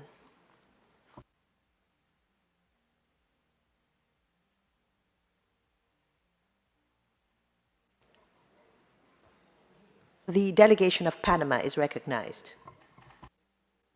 Muchas gracias, señora. Thank you very much to the chairs. On behalf of the Panamanian delegation, I would like to express our gratitude for convening today's joint session of the CAJP and the CSH on the current state of global discussions on the application of international law in cyberspace. Similarly, we thank Ambassador Luz Elena Baños, who moderated the panel, and all of the panelists for their excellent, valuable presentations, and we've taken due note. Today, we have an opportunity to reflect on the role of international law in cyberspace. This is a topic which is increasingly central to the global agenda, and we need to strengthen our regulatory frameworks to ensure international peace and security in a digital context that goes without precedent. The interconnectivity that we live in has created a cyberspace that is both a territory for opportunities and critical threats. We see a clear definition and expansion of our responsibilities under international law, and that is why cyberspace cannot be treated as a separate entity from physical reality. It is an extension of our infrastructure and our states. International law is applicable, as is the UN Charter and other fundamental principles, and this must be effectively expanded to the digital domain. Yet, as states, we face new challenges. One example is attributing malicious cyber activity, which is very complex given the capacity of non-state and state actors to cover their tracks. One essential aspect needs to be the responsibility of states to supervise and regulate the use of their infrastructure to avoid them being used for harmful acts against other countries. An attack in cyberspace may lead to devastating effects as bad as a physical attack. Attacking a ministry of water, electricity, or even public health. This requires that we work to strengthen legal frameworks through cooperation between our states in order to provide a united response to any violation. In that sense, AI represents another emerging challenge for international law in cyberspace, not only in terms of cybersecurity, but also redefining the standards that govern interactions between states and the rights of individuals in this area. Automating decision-making and the capacity for autonomous intervention requires an ethical regulatory framework to look at the impact in cyberspace and protecting personal data. Therefore, strengthening the mechanisms to promote exchange of knowledge and capacity building on cybersecurity driven by the resilience of our critical infrastructure is fundamental. Along those lines, cyberspace in times of peace needs to be a driver for development and international cooperation, ensuring that some services are prevented from facing any adverse situation. And in times of armed conflict, we need to look at the applicability of IHL. Remember that the ICJ, in its advisory opinion on the legality of threats and use of nuclear weapons understands that IHL principles apply in armed conflicts and govern all forms of war in all types of weapons, including those in the future. For our delegation, this statement is also applicable to the use of cyber operations in times of armed conflict. Chairs, our delegation reiterates its commitment to building a cyberspace regulated by the principles of international law to protect the maintenance of international peace and security. Together, we can respond to the challenges that arise in this domain and transform cyberspace to a space for cooperation and shared development for future generations. Thank you very much. Gracias. Thank you very much to the Panamanian delegation. We will now give the floor to Chile. Thank you very much, Chair. Both chairs, in fact. Thank you for convening this joint session, and thank you to all of the panelists for your presentations that have allowed us to shed light on the challenges and opportunities created by international law in cyberspace. Developing AI and the use of emerging technology in the cyber environment presents challenges that are significant for peace as well as international security. Also for protecting human rights. These are challenges that continue to be an emerging issue for our region, as we've seen in these presentations today, but we have been making progress with differentiated rates, and of course this is another issue that needs to get our attention. The application of international law is certainly an overarching theme for redoubling our efforts in ensuring cybersecurity, and Chile believes that international law includes the UN Charter, IHL, and human rights, and this is applicable to cyberspace. It's fundamental for us to also establish clear limits and avoid conflicts of use. We also recognize the need to develop global consensus which guides the implementation of these principles and certainly strengthens commitment to its compliance. Our colleague Catalina has worked in the Open End Working Group and other international instruments on this issue, and this has been a significant contribution to the debate to deepen our shared understanding on the application of international law in cyberspace. The threats in cyberspace know no borders and require international cooperation that is robust to address them. We must work hand in hand to improve our capacities and promote digital literacy, work together to define ethical use, as Panama already stated, of new technology, and that includes the standards that govern the development of AI as an emerging topic. Chile calls for a multilateral, inclusive approach that includes all stakeholders and foments cyber governance that is robust and based on principles of transparency and accountability. It is necessary for us to work with all stakeholders and positions in this area, as well as ensuring that we have an appropriate space to do so. We need to ensure that our scenario at the OAS is able to contribute to building a common denominator for Latin America and the Caribbean, and certainly build a cyberspace that is free, open, safe, and resilient in order to achieve the greatest level of development and well-being for the Americas. Thus, the CICTE cybersecurity program led by Carrie Ann Barrett has played a fundamental role in making concrete steps forward in our region to sustain the capacity building efforts underway and various programs and projects aimed at improving greater participation among women, and this is very valuable to us, of course. We staunchly believe that regional organizations can have a key role in these issues that we are addressing today in our session and promote dialogue and cooperation, supporting international adoption of these conventions related to cyberspace, and thus contributing to reducing the digital divide that affects our countries. Thank you very much. Thank you very much, Chile. Canada is recognized. Thank you, and good morning, Madam Chair. Allow me to begin on behalf of my delegation to thank both chairs for convening us today and for assembling such a diverse and knowledgeable group of speakers, panelists, as well as taking our committees out of the silos we sometimes operate in to look at a topic that in the real world has much need for cross-collaboration. From Canada's perspective, we have seen an increasingly productive and substantive conversation happening on international law in cyberspace, including at the open-ended working group. Having such a dialogue on the interpretation of international law in cyberspace is crucial in building common understandings on the relevant rules and their concrete application in cyberspace. We are now at the stage of having more states involved in the discussions in the open-ended working group in a way that is enhancing the process, giving it legitimacy, and indeed a growing number of states have published their views on this topic, with the number boosted earlier this year by the Common African Position, which was released.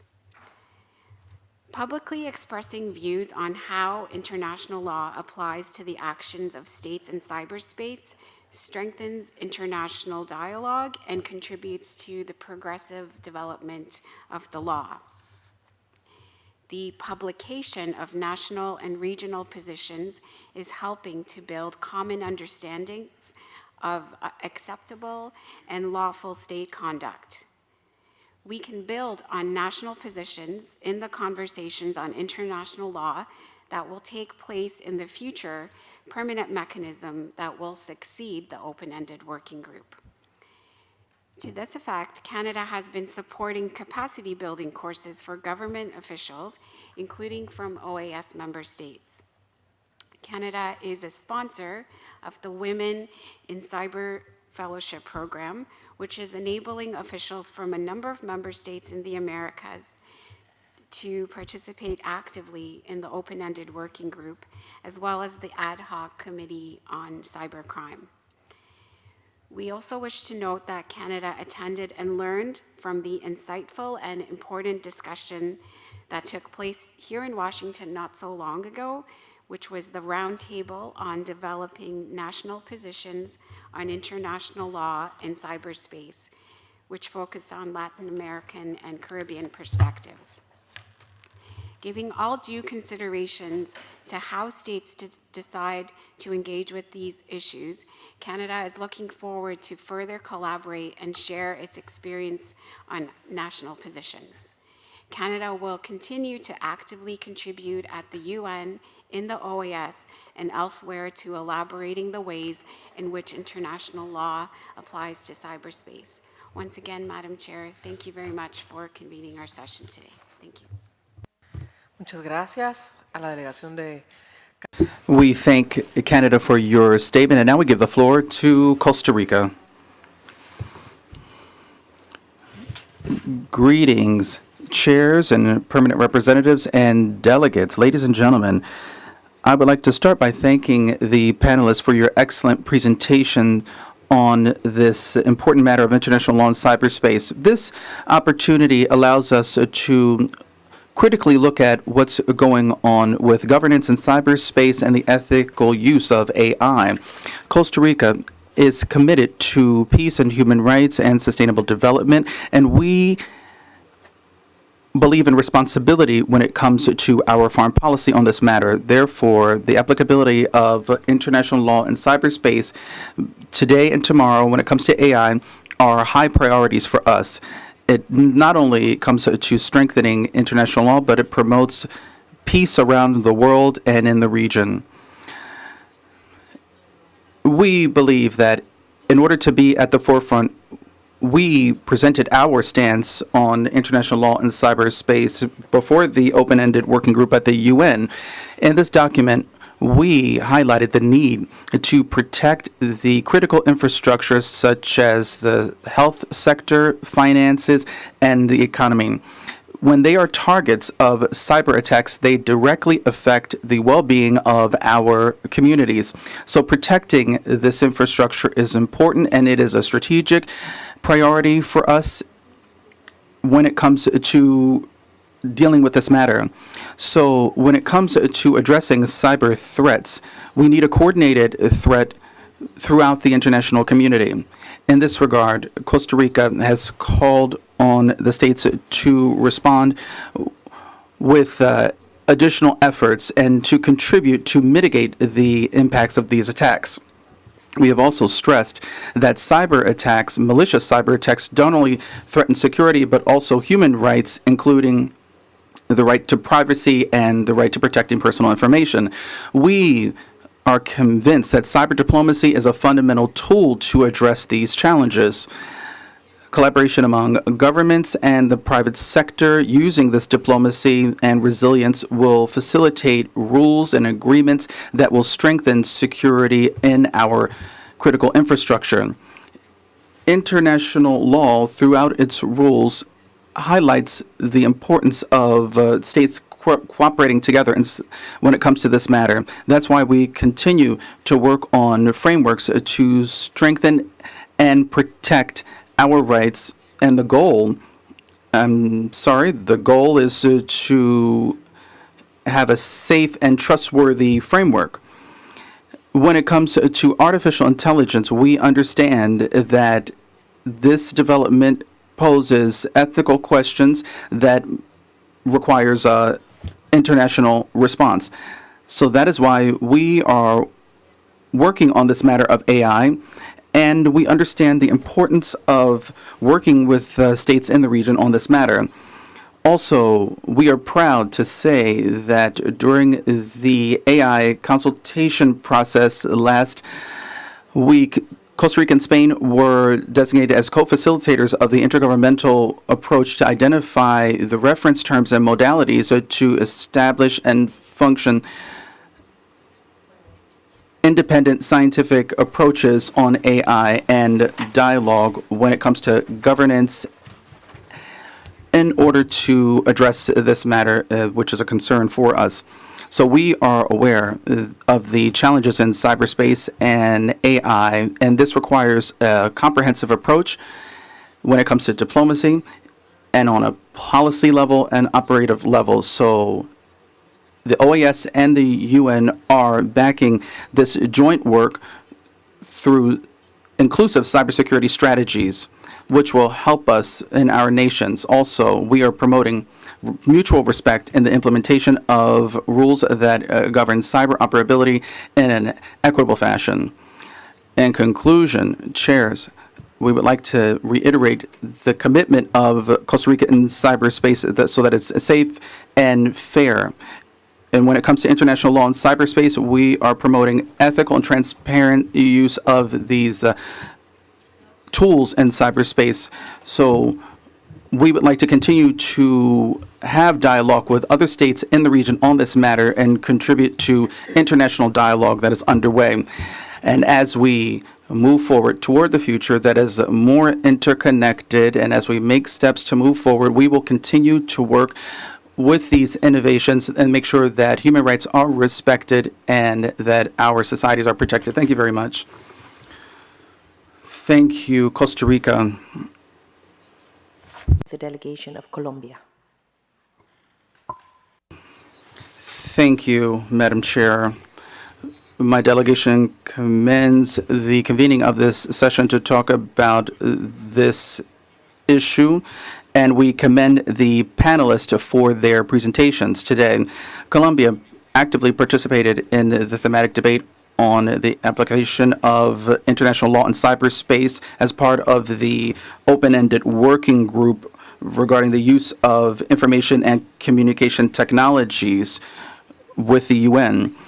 This working group worked to come up with agreements among states, and we reiterate that international law is key when it comes to the UN Charter, and this applies to ICTs and any use of technology by states in an incompatible fashion with the efforts of international law when it comes to creating trust, and this undermines our work if this is not complied with. Now, what is the legal framework that can be relevant when it comes to working on international law and cyberspace.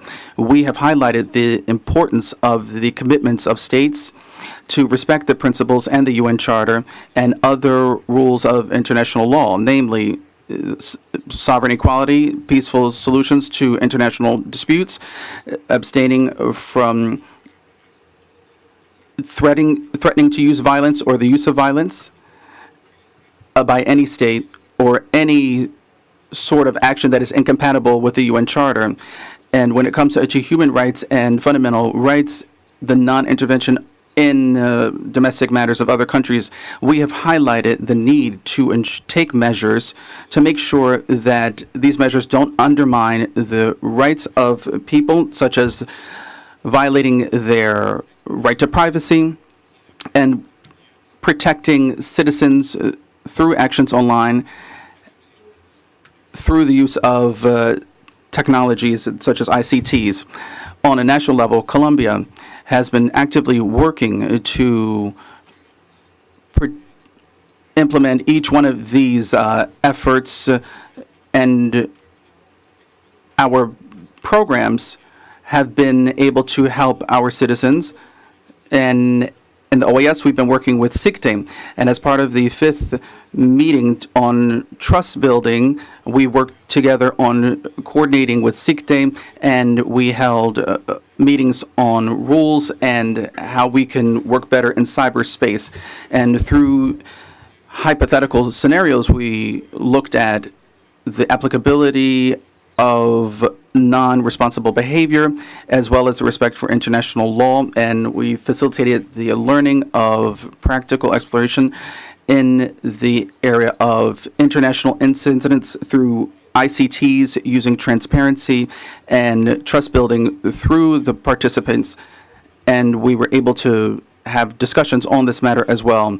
In this regard, we believe that this joint session is a wonderful opportunity to encourage the exchange of ideas and to strengthen the work of the organization, particularly through SICTE when it comes to capacity building. Thank you very much.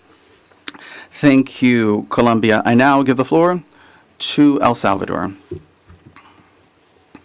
Thank you, Madam Chair. Thank you to the chairs, and thank you for convening this joint session with the CAJP and the CSH. And we also thank the panelists for your presentations. El Salvador recognizes the importance of continued discussing and exchanging experiences and information on the applicability of international law in cyberspace. This is a matter that concerns all of us, not just because it poses challenges to state jurisdictions, but also given its relationship to international security, human rights, and other matters. Therefore, it is necessary to share our advances regarding establishing rules and standards and principles which will ensure the ethical use of the this new technology. And in this spirit, El Salvador has participated constructively in discussions as part of the open-ended working group of the UN.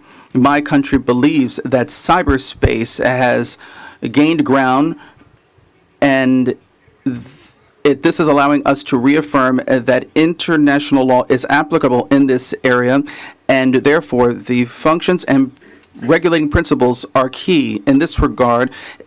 In international law, namely with the UN Charter, are applicable and essential to maintain peace, security, stability, and to promote an area of accessible and peaceful use of ICTs. We were able to discuss further the challenges of AI, namely when it comes to the military sphere. There's no doubt that AI can increase human capacities, but the lack of control and its misuse, it can lead to dangers. So we cannot replace the human reasoning. We cannot replace that with autonomous weapons. So El Salvador has reaffirmed the need to make sure that states use ICTs in a way that is compatible with international law. And this includes the framework of responsible use of states of these technologies in cyberspace and the respect for international law, and to create measures that will build trust and the creation of capacities to improve our efforts. It is key to promote responsible behavior of states in cyberspace, and we cannot overlook the risk that emerging technologies pose to critical infrastructure when it comes to information, when it comes to fighting against cybercrimes and the respect for privacy and the respect for human rights. Also, it is a key that we establish mechanisms to peacefully resolve disputes in cyberspace to avoid escalation and misunderstandings that could lead to conflict in the physical world. The threats in this area cross borders, and they affect all states regardless of their size or regardless of their level of development. Therefore, all states are called to ensure that cyberspace is an area that is safe, inclusive, and favorable for development. Under this vision, the Legislative Assembly in El Salvador passed this week, just 2 days ago, cybersecurity law and information, and the goal is to make sure that the legal framework and the institutional framework of protection policies that will allow us to monitor, regulate, and provide oversight for cybersecurity, and to make sure that we can provide security for our institutions. It also provides for a cybersecurity agency, and the goal there is to ensure that this legal framework is complied with. This week, we also passed a law on the protection of personal information, and the goal there is to protect said information and to determine the essential requirements when it comes to the legitimate use of this information. So the goal there is to establish a legal framework that is solid and will ensure security in cyberspace and to protect the privacy of individuals. It is our responsibility, our joint responsibility, to work on a legal framework that will protect our citizens and create space for innovation and development and shared prosperity. We also must commend the efforts of SICDE and the CAJP on this matter. We reiterate our call for transparent, inclusive, and participatory debate where human rights and the aspirations of all states are respected. Thank you very much. I'm delighted to offer the floor to the delegation of Guatemala. Thank you to both chairs. The delegation of Guatemala appreciates the convening of this joint session. This allows us to discuss the current state of global discussions on the application of international law in cyberspace. We also commend Mexico for proposing this joint session, as well as we thank all of the panelists who were with us today, and we thank you for your presentations. This opportunity offers us a chance to discuss coming up with normative frameworks to achieve stability and peace and to promote respect for international law and to have cyberspace that is more connected and that will be more resilient against attacks. So today, cyber attacks are concerning, and we have platforms that want to promote development for our countries. However, as the use of internet is more widespread, there are challenges that we have to address. Therefore, my delegation believes it is key to support the establishing of open internet use that is based on the rule of law, human rights, fundamental freedoms, and democratic values. In this framework, we reaffirm our commitment to respect the promotion and protection of human rights in cyberspace, as well as the application of international humanitarian laws and human rights in this sphere. We understand that AI is key not only in times of peace as well as during times of armed conflict. Dear representatives, as we look at the Geneva Conventions, we understand that individual criminal responsibility is key and it represents a key aspect of armed conflict. The lack of human control over weapons when it comes to carrying out lethal actions represents a significant risk for fundamental rights, especially when it comes to the right to life. Keeping in mind the existing legal loophole when it comes to international law and cyberspace that is based on international law and AI, we believe that it's important to work on the programming of these weapons that use AI, and we also must work with the developers and operators of these technologies. This will facilitate accountability when there are violations to international law. Also, in light of the challenges, my country highlights the urgent need that we have an international legal framework and that it can be adapted to the rapid change of technology. So we would like a joint approach that respects stability and human rights. And this approach will allow us to work with the development of AI for peaceful means and for the collective benefit of us all. Thank you to Guatemala. And we now give the floor to Paraguay. Thank you, chairs. At the outset, allow me to highlight the feminine representation that we are leading for today. The Republic of Paraguay would like to thank Mexico for your ongoing efforts to promoting this matter of international law in cyberspace and its impact that it has for peace and security. This virtual universal space, it doesn't need physical involvement, but it is moving forward at a dizzying pace, and it is affecting states and citizens. Cyber attacks can have serious economic and national security impacts and impacts on human rights. Chairs, we recognize the delicate work of the SICTE, and this offers us, the member states at the OAS, a chance to develop capacities in cyberspace on a technical level and when it comes to public policy.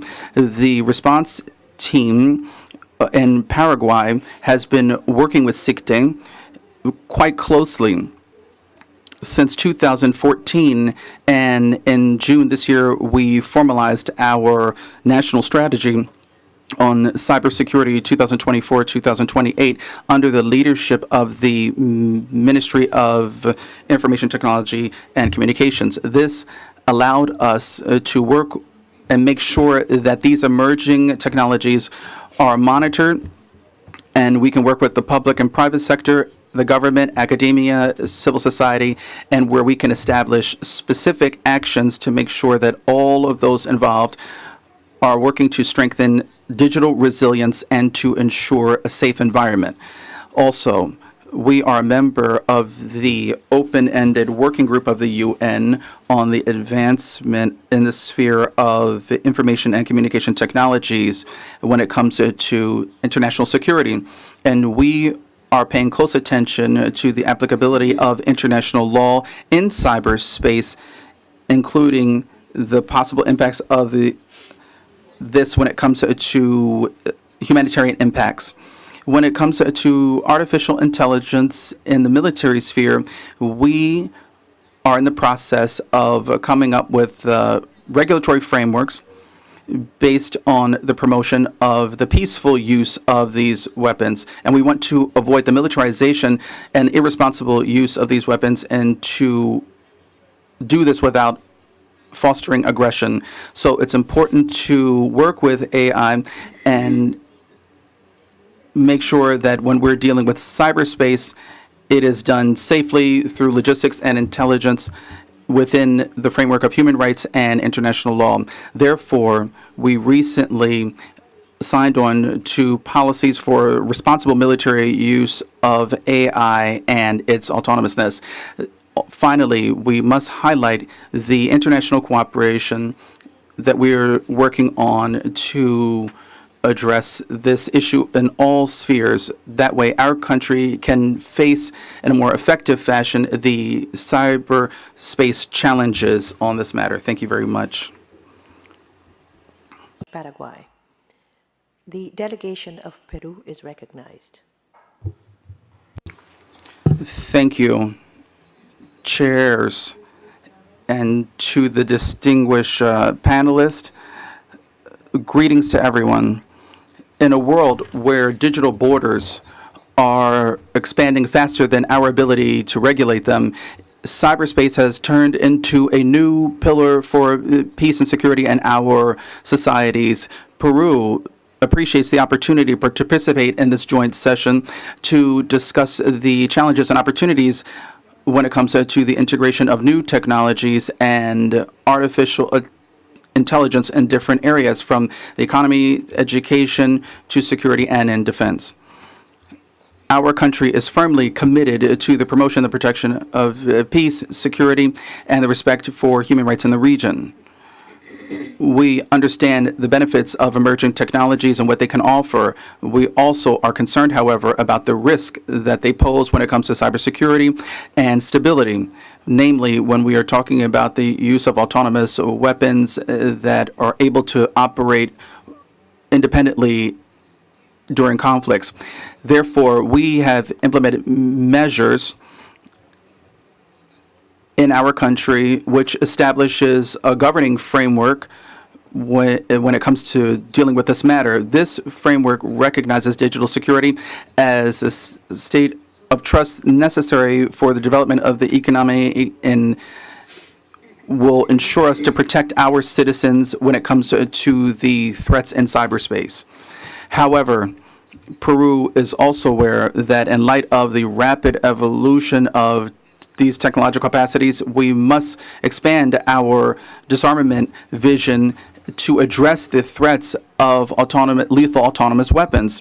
These systems, which are able to attack targets without the involvement of a human being, represent a transformation in war, and they pose ethical questions, namely the issue of distinction and proportionality. These are the basis of international humanitarian law, and they pose a risk when it comes to using these new technologies. And that is why Peru has backed the Communique of Belém when it comes to the regulating of certain weapons, and we are actively participating in the open-ended working group on emerging technologies when it comes to lethal autonomous weapons, promoting the adoption of a legally binding instrument. When it comes to cyberspace, we highlight the work of the Inter-American Committee Against Terrorism, CICTE, and the efforts that they are making to provide support to the member states of the OAS when it comes to developing capacities and public policies in cyberspace and when it comes to cyber operations. Also, we recognize the efforts of the Inter-American Juridical Committee and the value of its report on the international law in cyberspace, which highlights the importance of the principles of sovereignty and the prohibition of the use of force in cyberspace. Even though we don't have a regional normative framework, it is clear that the principles of international law are applicable and must be respected by the states in their digital actions. In conclusion, Peru is calling on the member states to strengthen their regional cooperation when it comes to developing normative frameworks in a joint fashion that will ensure safe, ethical, and respectful use of emerging technologies. The OAS has the responsibility, the key responsibility in this effort to promote cyberspace that will ensure security as well as human dignity. Thank you very much. Gracias a la delegación.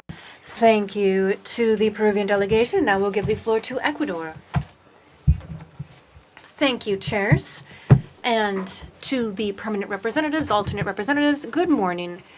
The Ecuadorian delegation would like to thank you all for the information provided by the panelists, and we've taken due note of the progress made in the topic that brings us together this morning.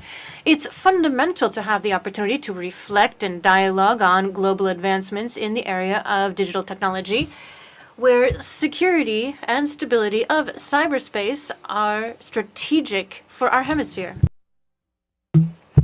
We recognize that cyberspace promotes economic development and progress, but we are also aware that it can become a fertile ground for threats to global security.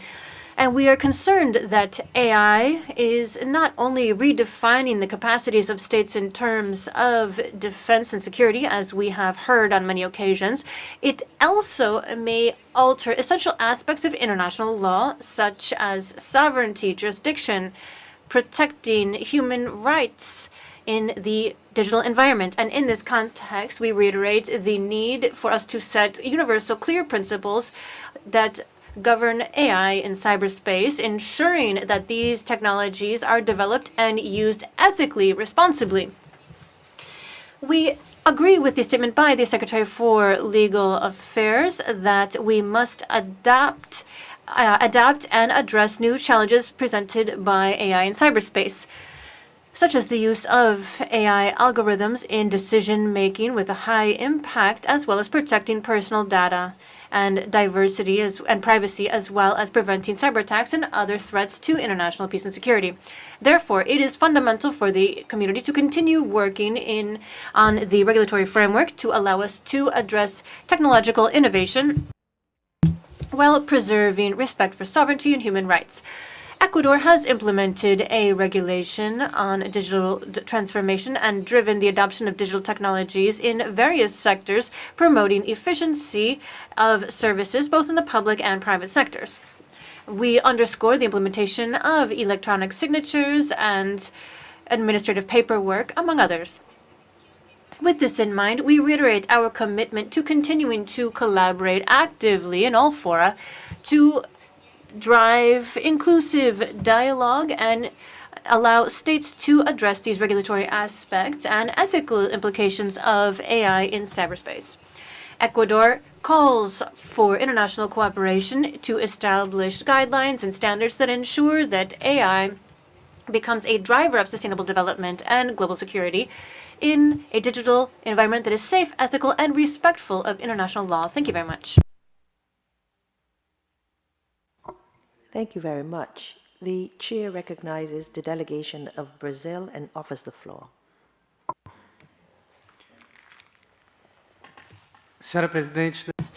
Dear chairs of the CAJP and CSH, thank you very much for preparing this joint session and noting we would like to recognize the presentations by the panelists, and particularly thank you to the Permanent Mission of Mexico for putting together this very relevant event.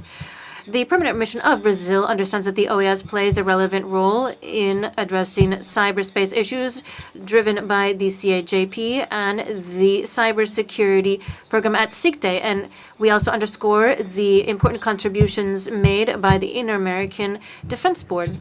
The Brazilian government would also like to publicly thank the OAS for its support last August for organizing dialogue on the applicability of international law in cyberspace in Brasilia. We heard from Brazilian authorities and experts from government, civil society, and academia. This was a multi-sectoral exercise that was an important milestone in Brazil's contribution to this area and an important contribution to our international relations.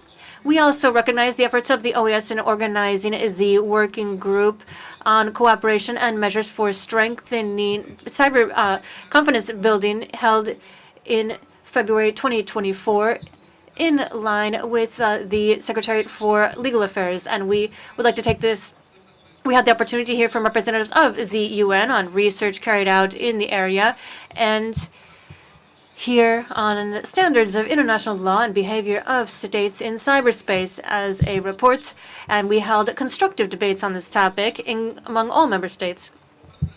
For Brazil, All of these activities are very important in implementing mandates stemming from member states, as noted by Mariana Salazar. These are fundamental principles for international cooperation, such as ensuring political neutrality, adaptation to national realities, as well as the focus on capacity building, must be respected by this organization. It is also important to note examples of best practices for international cooperation facilitated by multilateral official activities on cybersecurity. Chairs, in the area of implementing regulation on cyberspace, we note guidelines for defending the central role played by the UNGA. And in that debate, we talked about finding shared understandings, and it was able to reach some consensual reports produced by as well as the group on rules for responsible state behavior on the implementation of international law in cyberspace.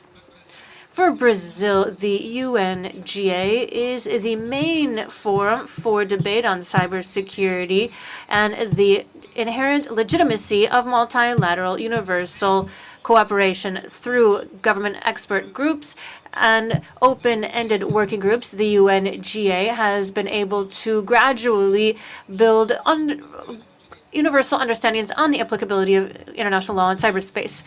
We also would like to praise the value of debates at UNESCO on the ethical use of AI.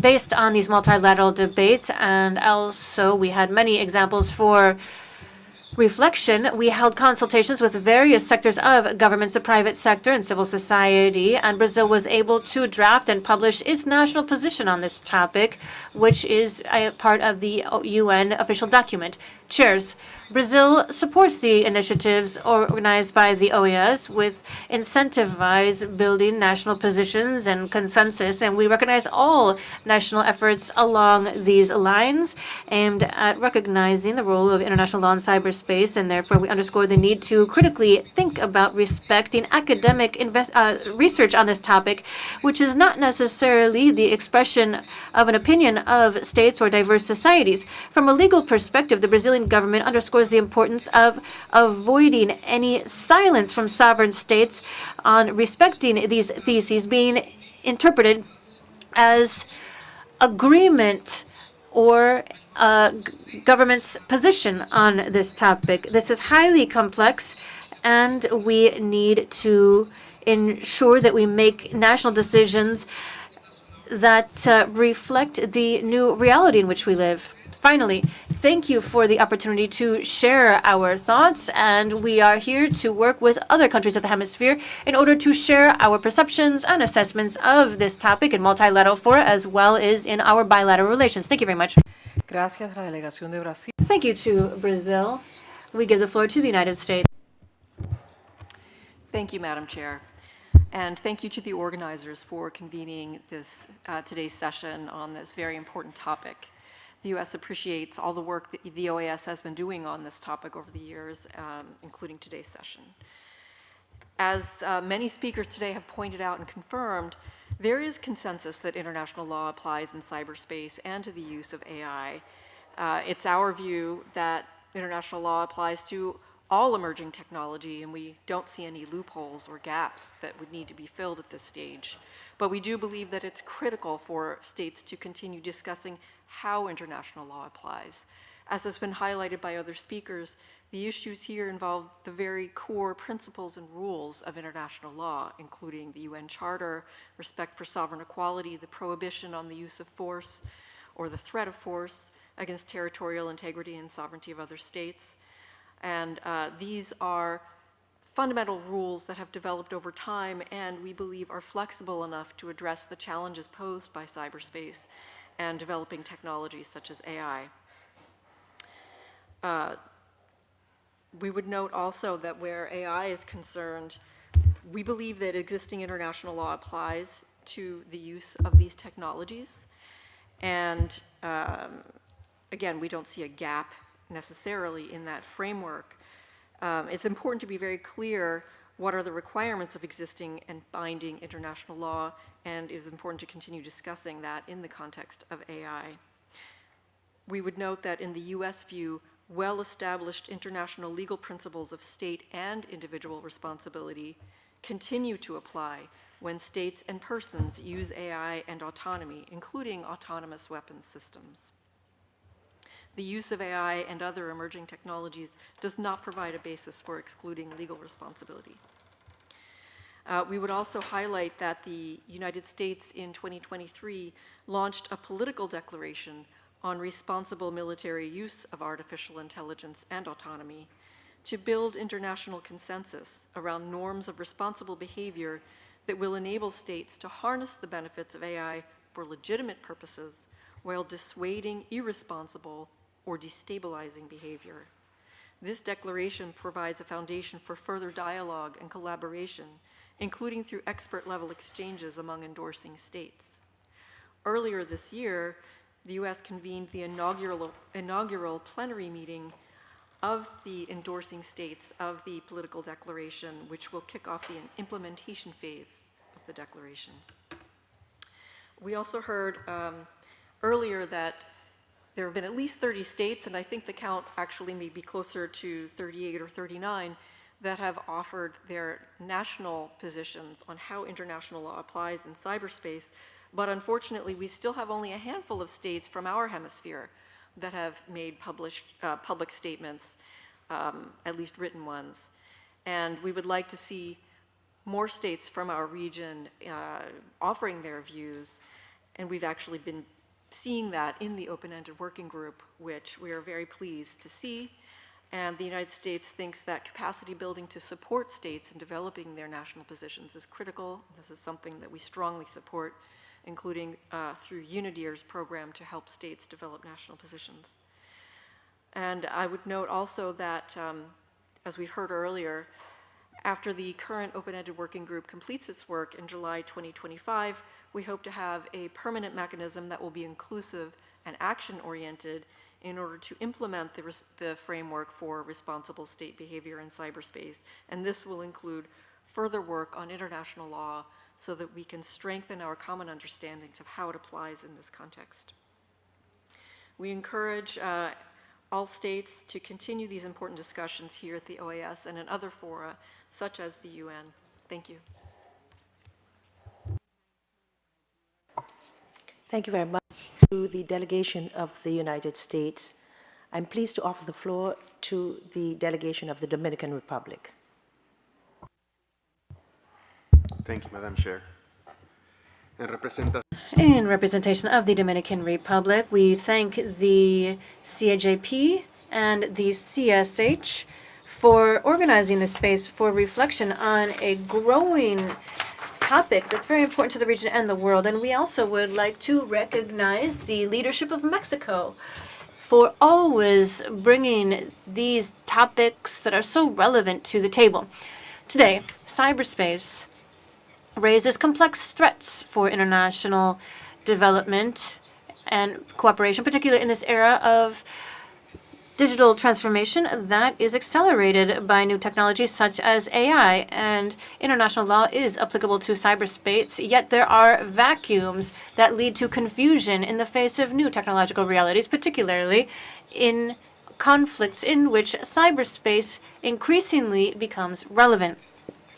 This context requires ongoing efforts in order to harmonize our legal frameworks and ensure effective regulation to promote peace and stability. AI, as a technology, has a huge impact, and it represents both opportunities and risks. It can strengthen our cyber defense, but it also raises the challenges and leads to offensive acts or autonomous weapon systems. And for the DR, it's essential for us to develop and use AI in a way that respects human rights and promotes safe cyberspace. We urge a legal framework that drives its ethical application and ensures that we are able to achieve our well-being and development goals together without compromising security. From our chairmanship in the working group on CBMs in cyberspace, we promote strengthening technical cooperation and the cooperation of regulations that ensure limits and best practices for interstate interaction in cyberspace. Similarly, we support the efforts of the international community, including providing consultancies on cyberspace at the UN with a focus on AI governance, and we believe it's essential for us to ensure that cyberspace is safe and equitable. The Dominican government, through its National Center for Cybersecurity, has been developing various initiatives to support these international efforts, such as providing public and private entities with an automated notification system for vulnerabilities in cyberspace. Similarly, we believe it's necessary for all member states to have appropriate capacities to address risks in cyberspace and promote inclusive cooperation. Driven by this idea, we have been designing specific acts aimed at working with government institutions in the area of cybersecurity for structured information. In the face of the unstoppable advancement of technology, cyberspace governance presents a challenge and historic opportunity. The DR reiterates its commitment to strengthening the legal framework that regulates cyberspace and promotes responsible, safe use of digital technologies. Working together is the only way we will be able to ensure that cyberspace is safe and supports human rights while continuing to promote sustainable development of our region. Thank you very much.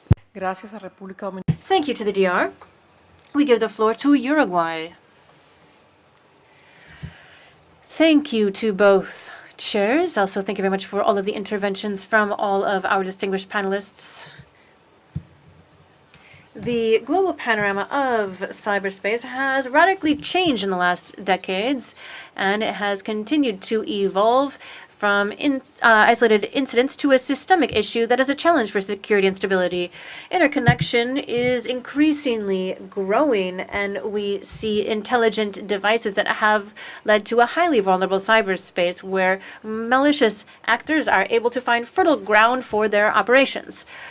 International cooperation is fundamental for sharing information on threats, developing shared standards, and strengthening our capacity to respond to cybersecurity incidents. In Uruguay, we've made great strides in cybersecurity, and yet the growing sophistication of cyber threats and the professionalization of specialists, as well as the institutionality itself, need to address this situation as we face major challenges here. Uruguay has a national cybersecurity strategy to contribute to achieving our Digital Uruguay agenda to build a safe, trustworthy cyberspace.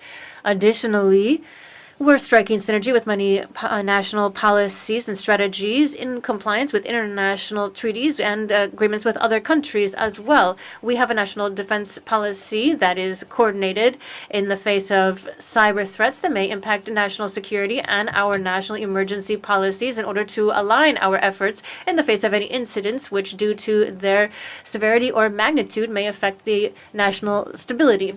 We also have our national AI strategy to take advantage of capacities offered by this technology in improving detection and response to incidents and come up with innovative cybersecurity solutions. Similarly, we seek to comply with related frameworks and the rights of privacy and personal data protection, and provide support to the national strategy on data with criteria and frames of reference. We also note the digital citizenship strategy, which is part of our vision to promote education and awareness on cybersecurity among our population, working to promote responsible, safe use of the digital world. Finally, we reiterate the importance of complying with international agreements and responsibilities and cooperating on the area of cybersecurity with other countries. Thank you very much. Gracias a la delegación de Uruguay. Thank you, Uruguay. We now give the floor to Mexico.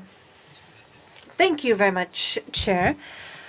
Also, thank you to the Chair of CSH, both chairs, and all of the delegations for heeding the call made by Mexico in a whole response to the resolution on international law, which was the origin of today's joint session. And we are also very pleased to see all of the panelists who were with us today and who have shed important light on their knowledge, as well as the secretaries of legal affairs and multidimensional security, as well as the assistant secretary of SICTE. Thank you so much for enriching the meeting, chairs. I'm not going to reiterate what has already been said many times. This has been a very fruitful session for all, and all of us as a country know that it's important for us to listen to this topic in all fora, including here in this regional space, as well as in the United Nations organization. And we will continue to put forth effort to find a shared approach to reflect the will of the international community in addressing such pressing issues hand in hand. And once again, we reiterate our gratitude to the from the Mexican delegation for holding this joint session. Thank you very much. Gracias, muchas gracias a todos los estados. Thank you very much to all member states for your participation. And now we will move on to the sixth item on the agenda, which are the conclusions from the Secretary for Multidimensional Security, Ivan Marques, who we thank for being with us, and we give you the floor. Muchas gracias. Thank you very much, Chair. I will be speaking in English. Permanent representatives to the OAS, distinguished delegates, and colleagues from the OAS, I'm very pleased to have the opportunity to offer some closing remarks of this noteworthy joint session of the Committee of Political and Juridical Affairs and the Committee on Hemispheric Security on the current state of global discussions on application of international law in cyberspace. Allow me to start congratulating Mexico for promoting this joint session, which I believe this not only helps building a holistic approach to the matter we are discussing here today, but also serves as an incentive for the General Secretariat to work as one in topics that clearly cannot be addressed by only one side of the organization. Our conversations here today have demonstrated clearly that AI holds immense promise across various domains that are fundamental to our society. AI technologies are helping us diagnose diseases more accurately, personalize learning, enhance government efficiency, and support sustainable growth. For many member states, these tools are not just conveniences, but essential resources that can propel our region toward greater equity, resilience, and prosperity. Yet, as we embrace these advances, we must do so with eyes wide open to the ethical, social, and political responsibilities that accompany them. AI, like all technologies, is a double-edged sword. While it can foster inclusion, accessibility, and innovation, it also poses risks to privacy, security, and equity if not managed carefully. Throughout this event, we have explored the need for frameworks that balance the drive for innovation with safeguards to protect the rights and dignity of every citizen in our region.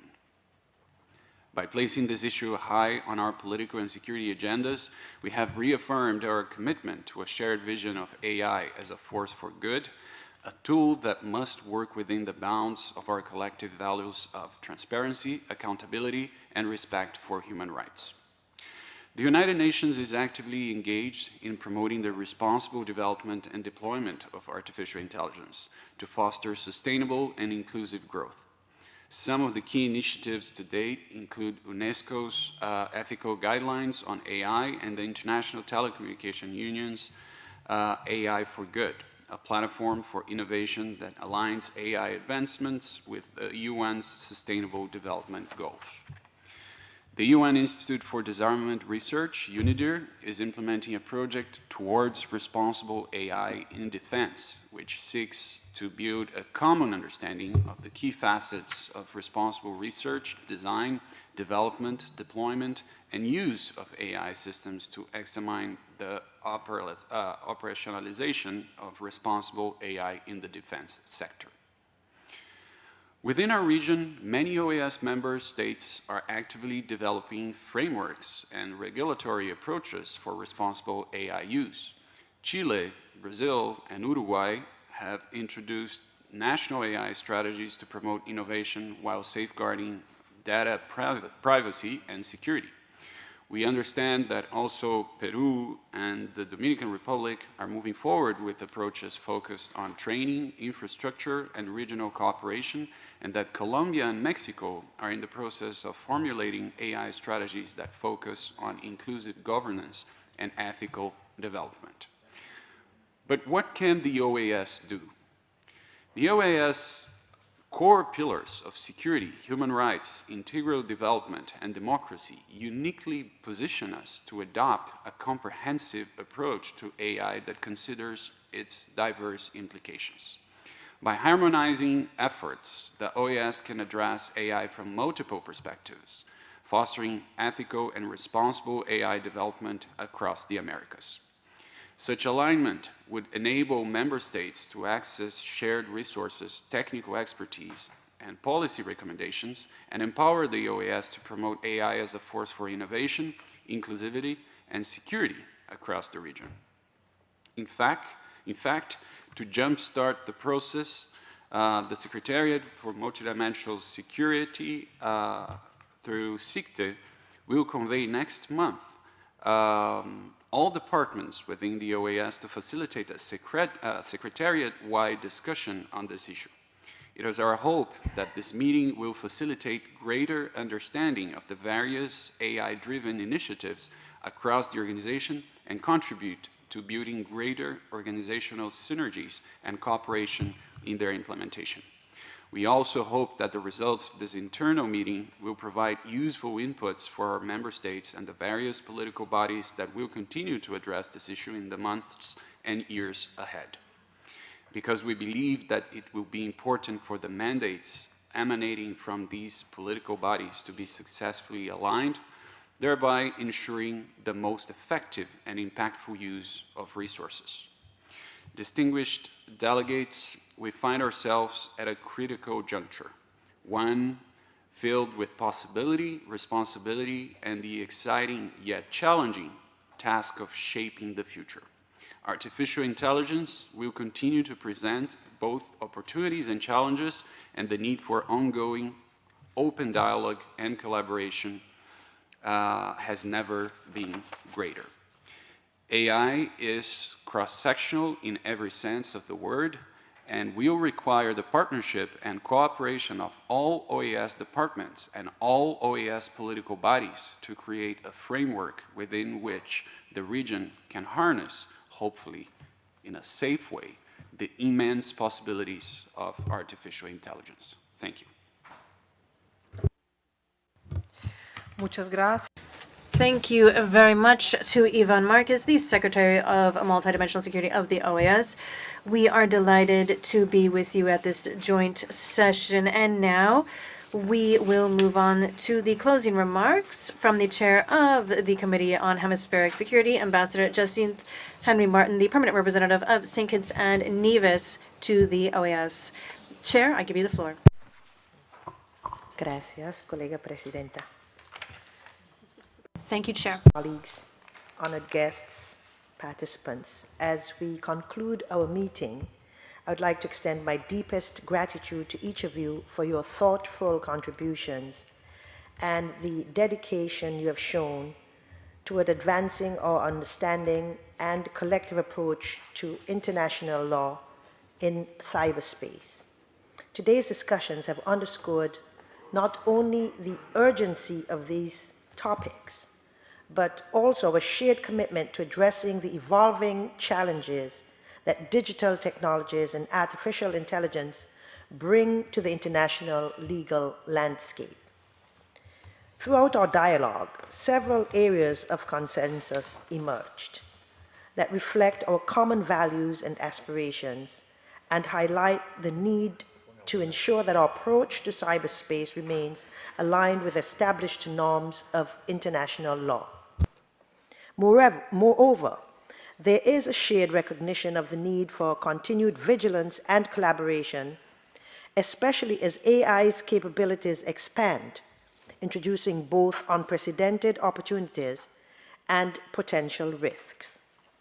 Our discussions have highlighted the specific complexities in applying existing international legal frameworks to cyberspace, both in times of peace and conflict. It is clear that while international law provides a foundation, there are areas where it must be adapted to address unique cyber issues.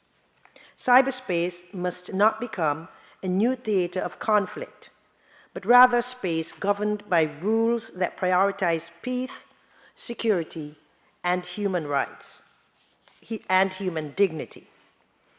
Looking forward, we have identified the need for continued cooperation in the exchange of best practices. These elements will be essential as we navigate emerging technologies like AI, which, while offering immense benefits, also calls for robust frameworks to prevent misuse and ensure alignment with human rights principles. Let us leave today with a renewed commitment to fostering dialogue, advancing mutual understanding, and working together to establish a resilient and just international legal system that can respond effectively to the challenges of cyberspace and AI. Through these efforts, we can strive toward a more secure, stable, and inclusive digital world. Thank you once again for your participation, insight, and dedication. I look forward to our continued work together in the days to come.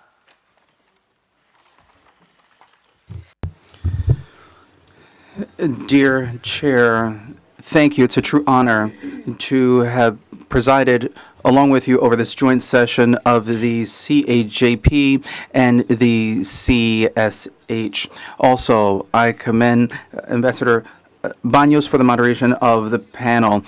If there are no objections, I propose that both committees take note of the presentations as well as the presentations of the panelists and the remarks of the member states. No objection, it is so agreed. We thank all of you for your participation, and given that we have gone through all of the agenda items, we conclude this joint session of the CAJP and the CSH. The session stands adjourned at 12:33. Thank you.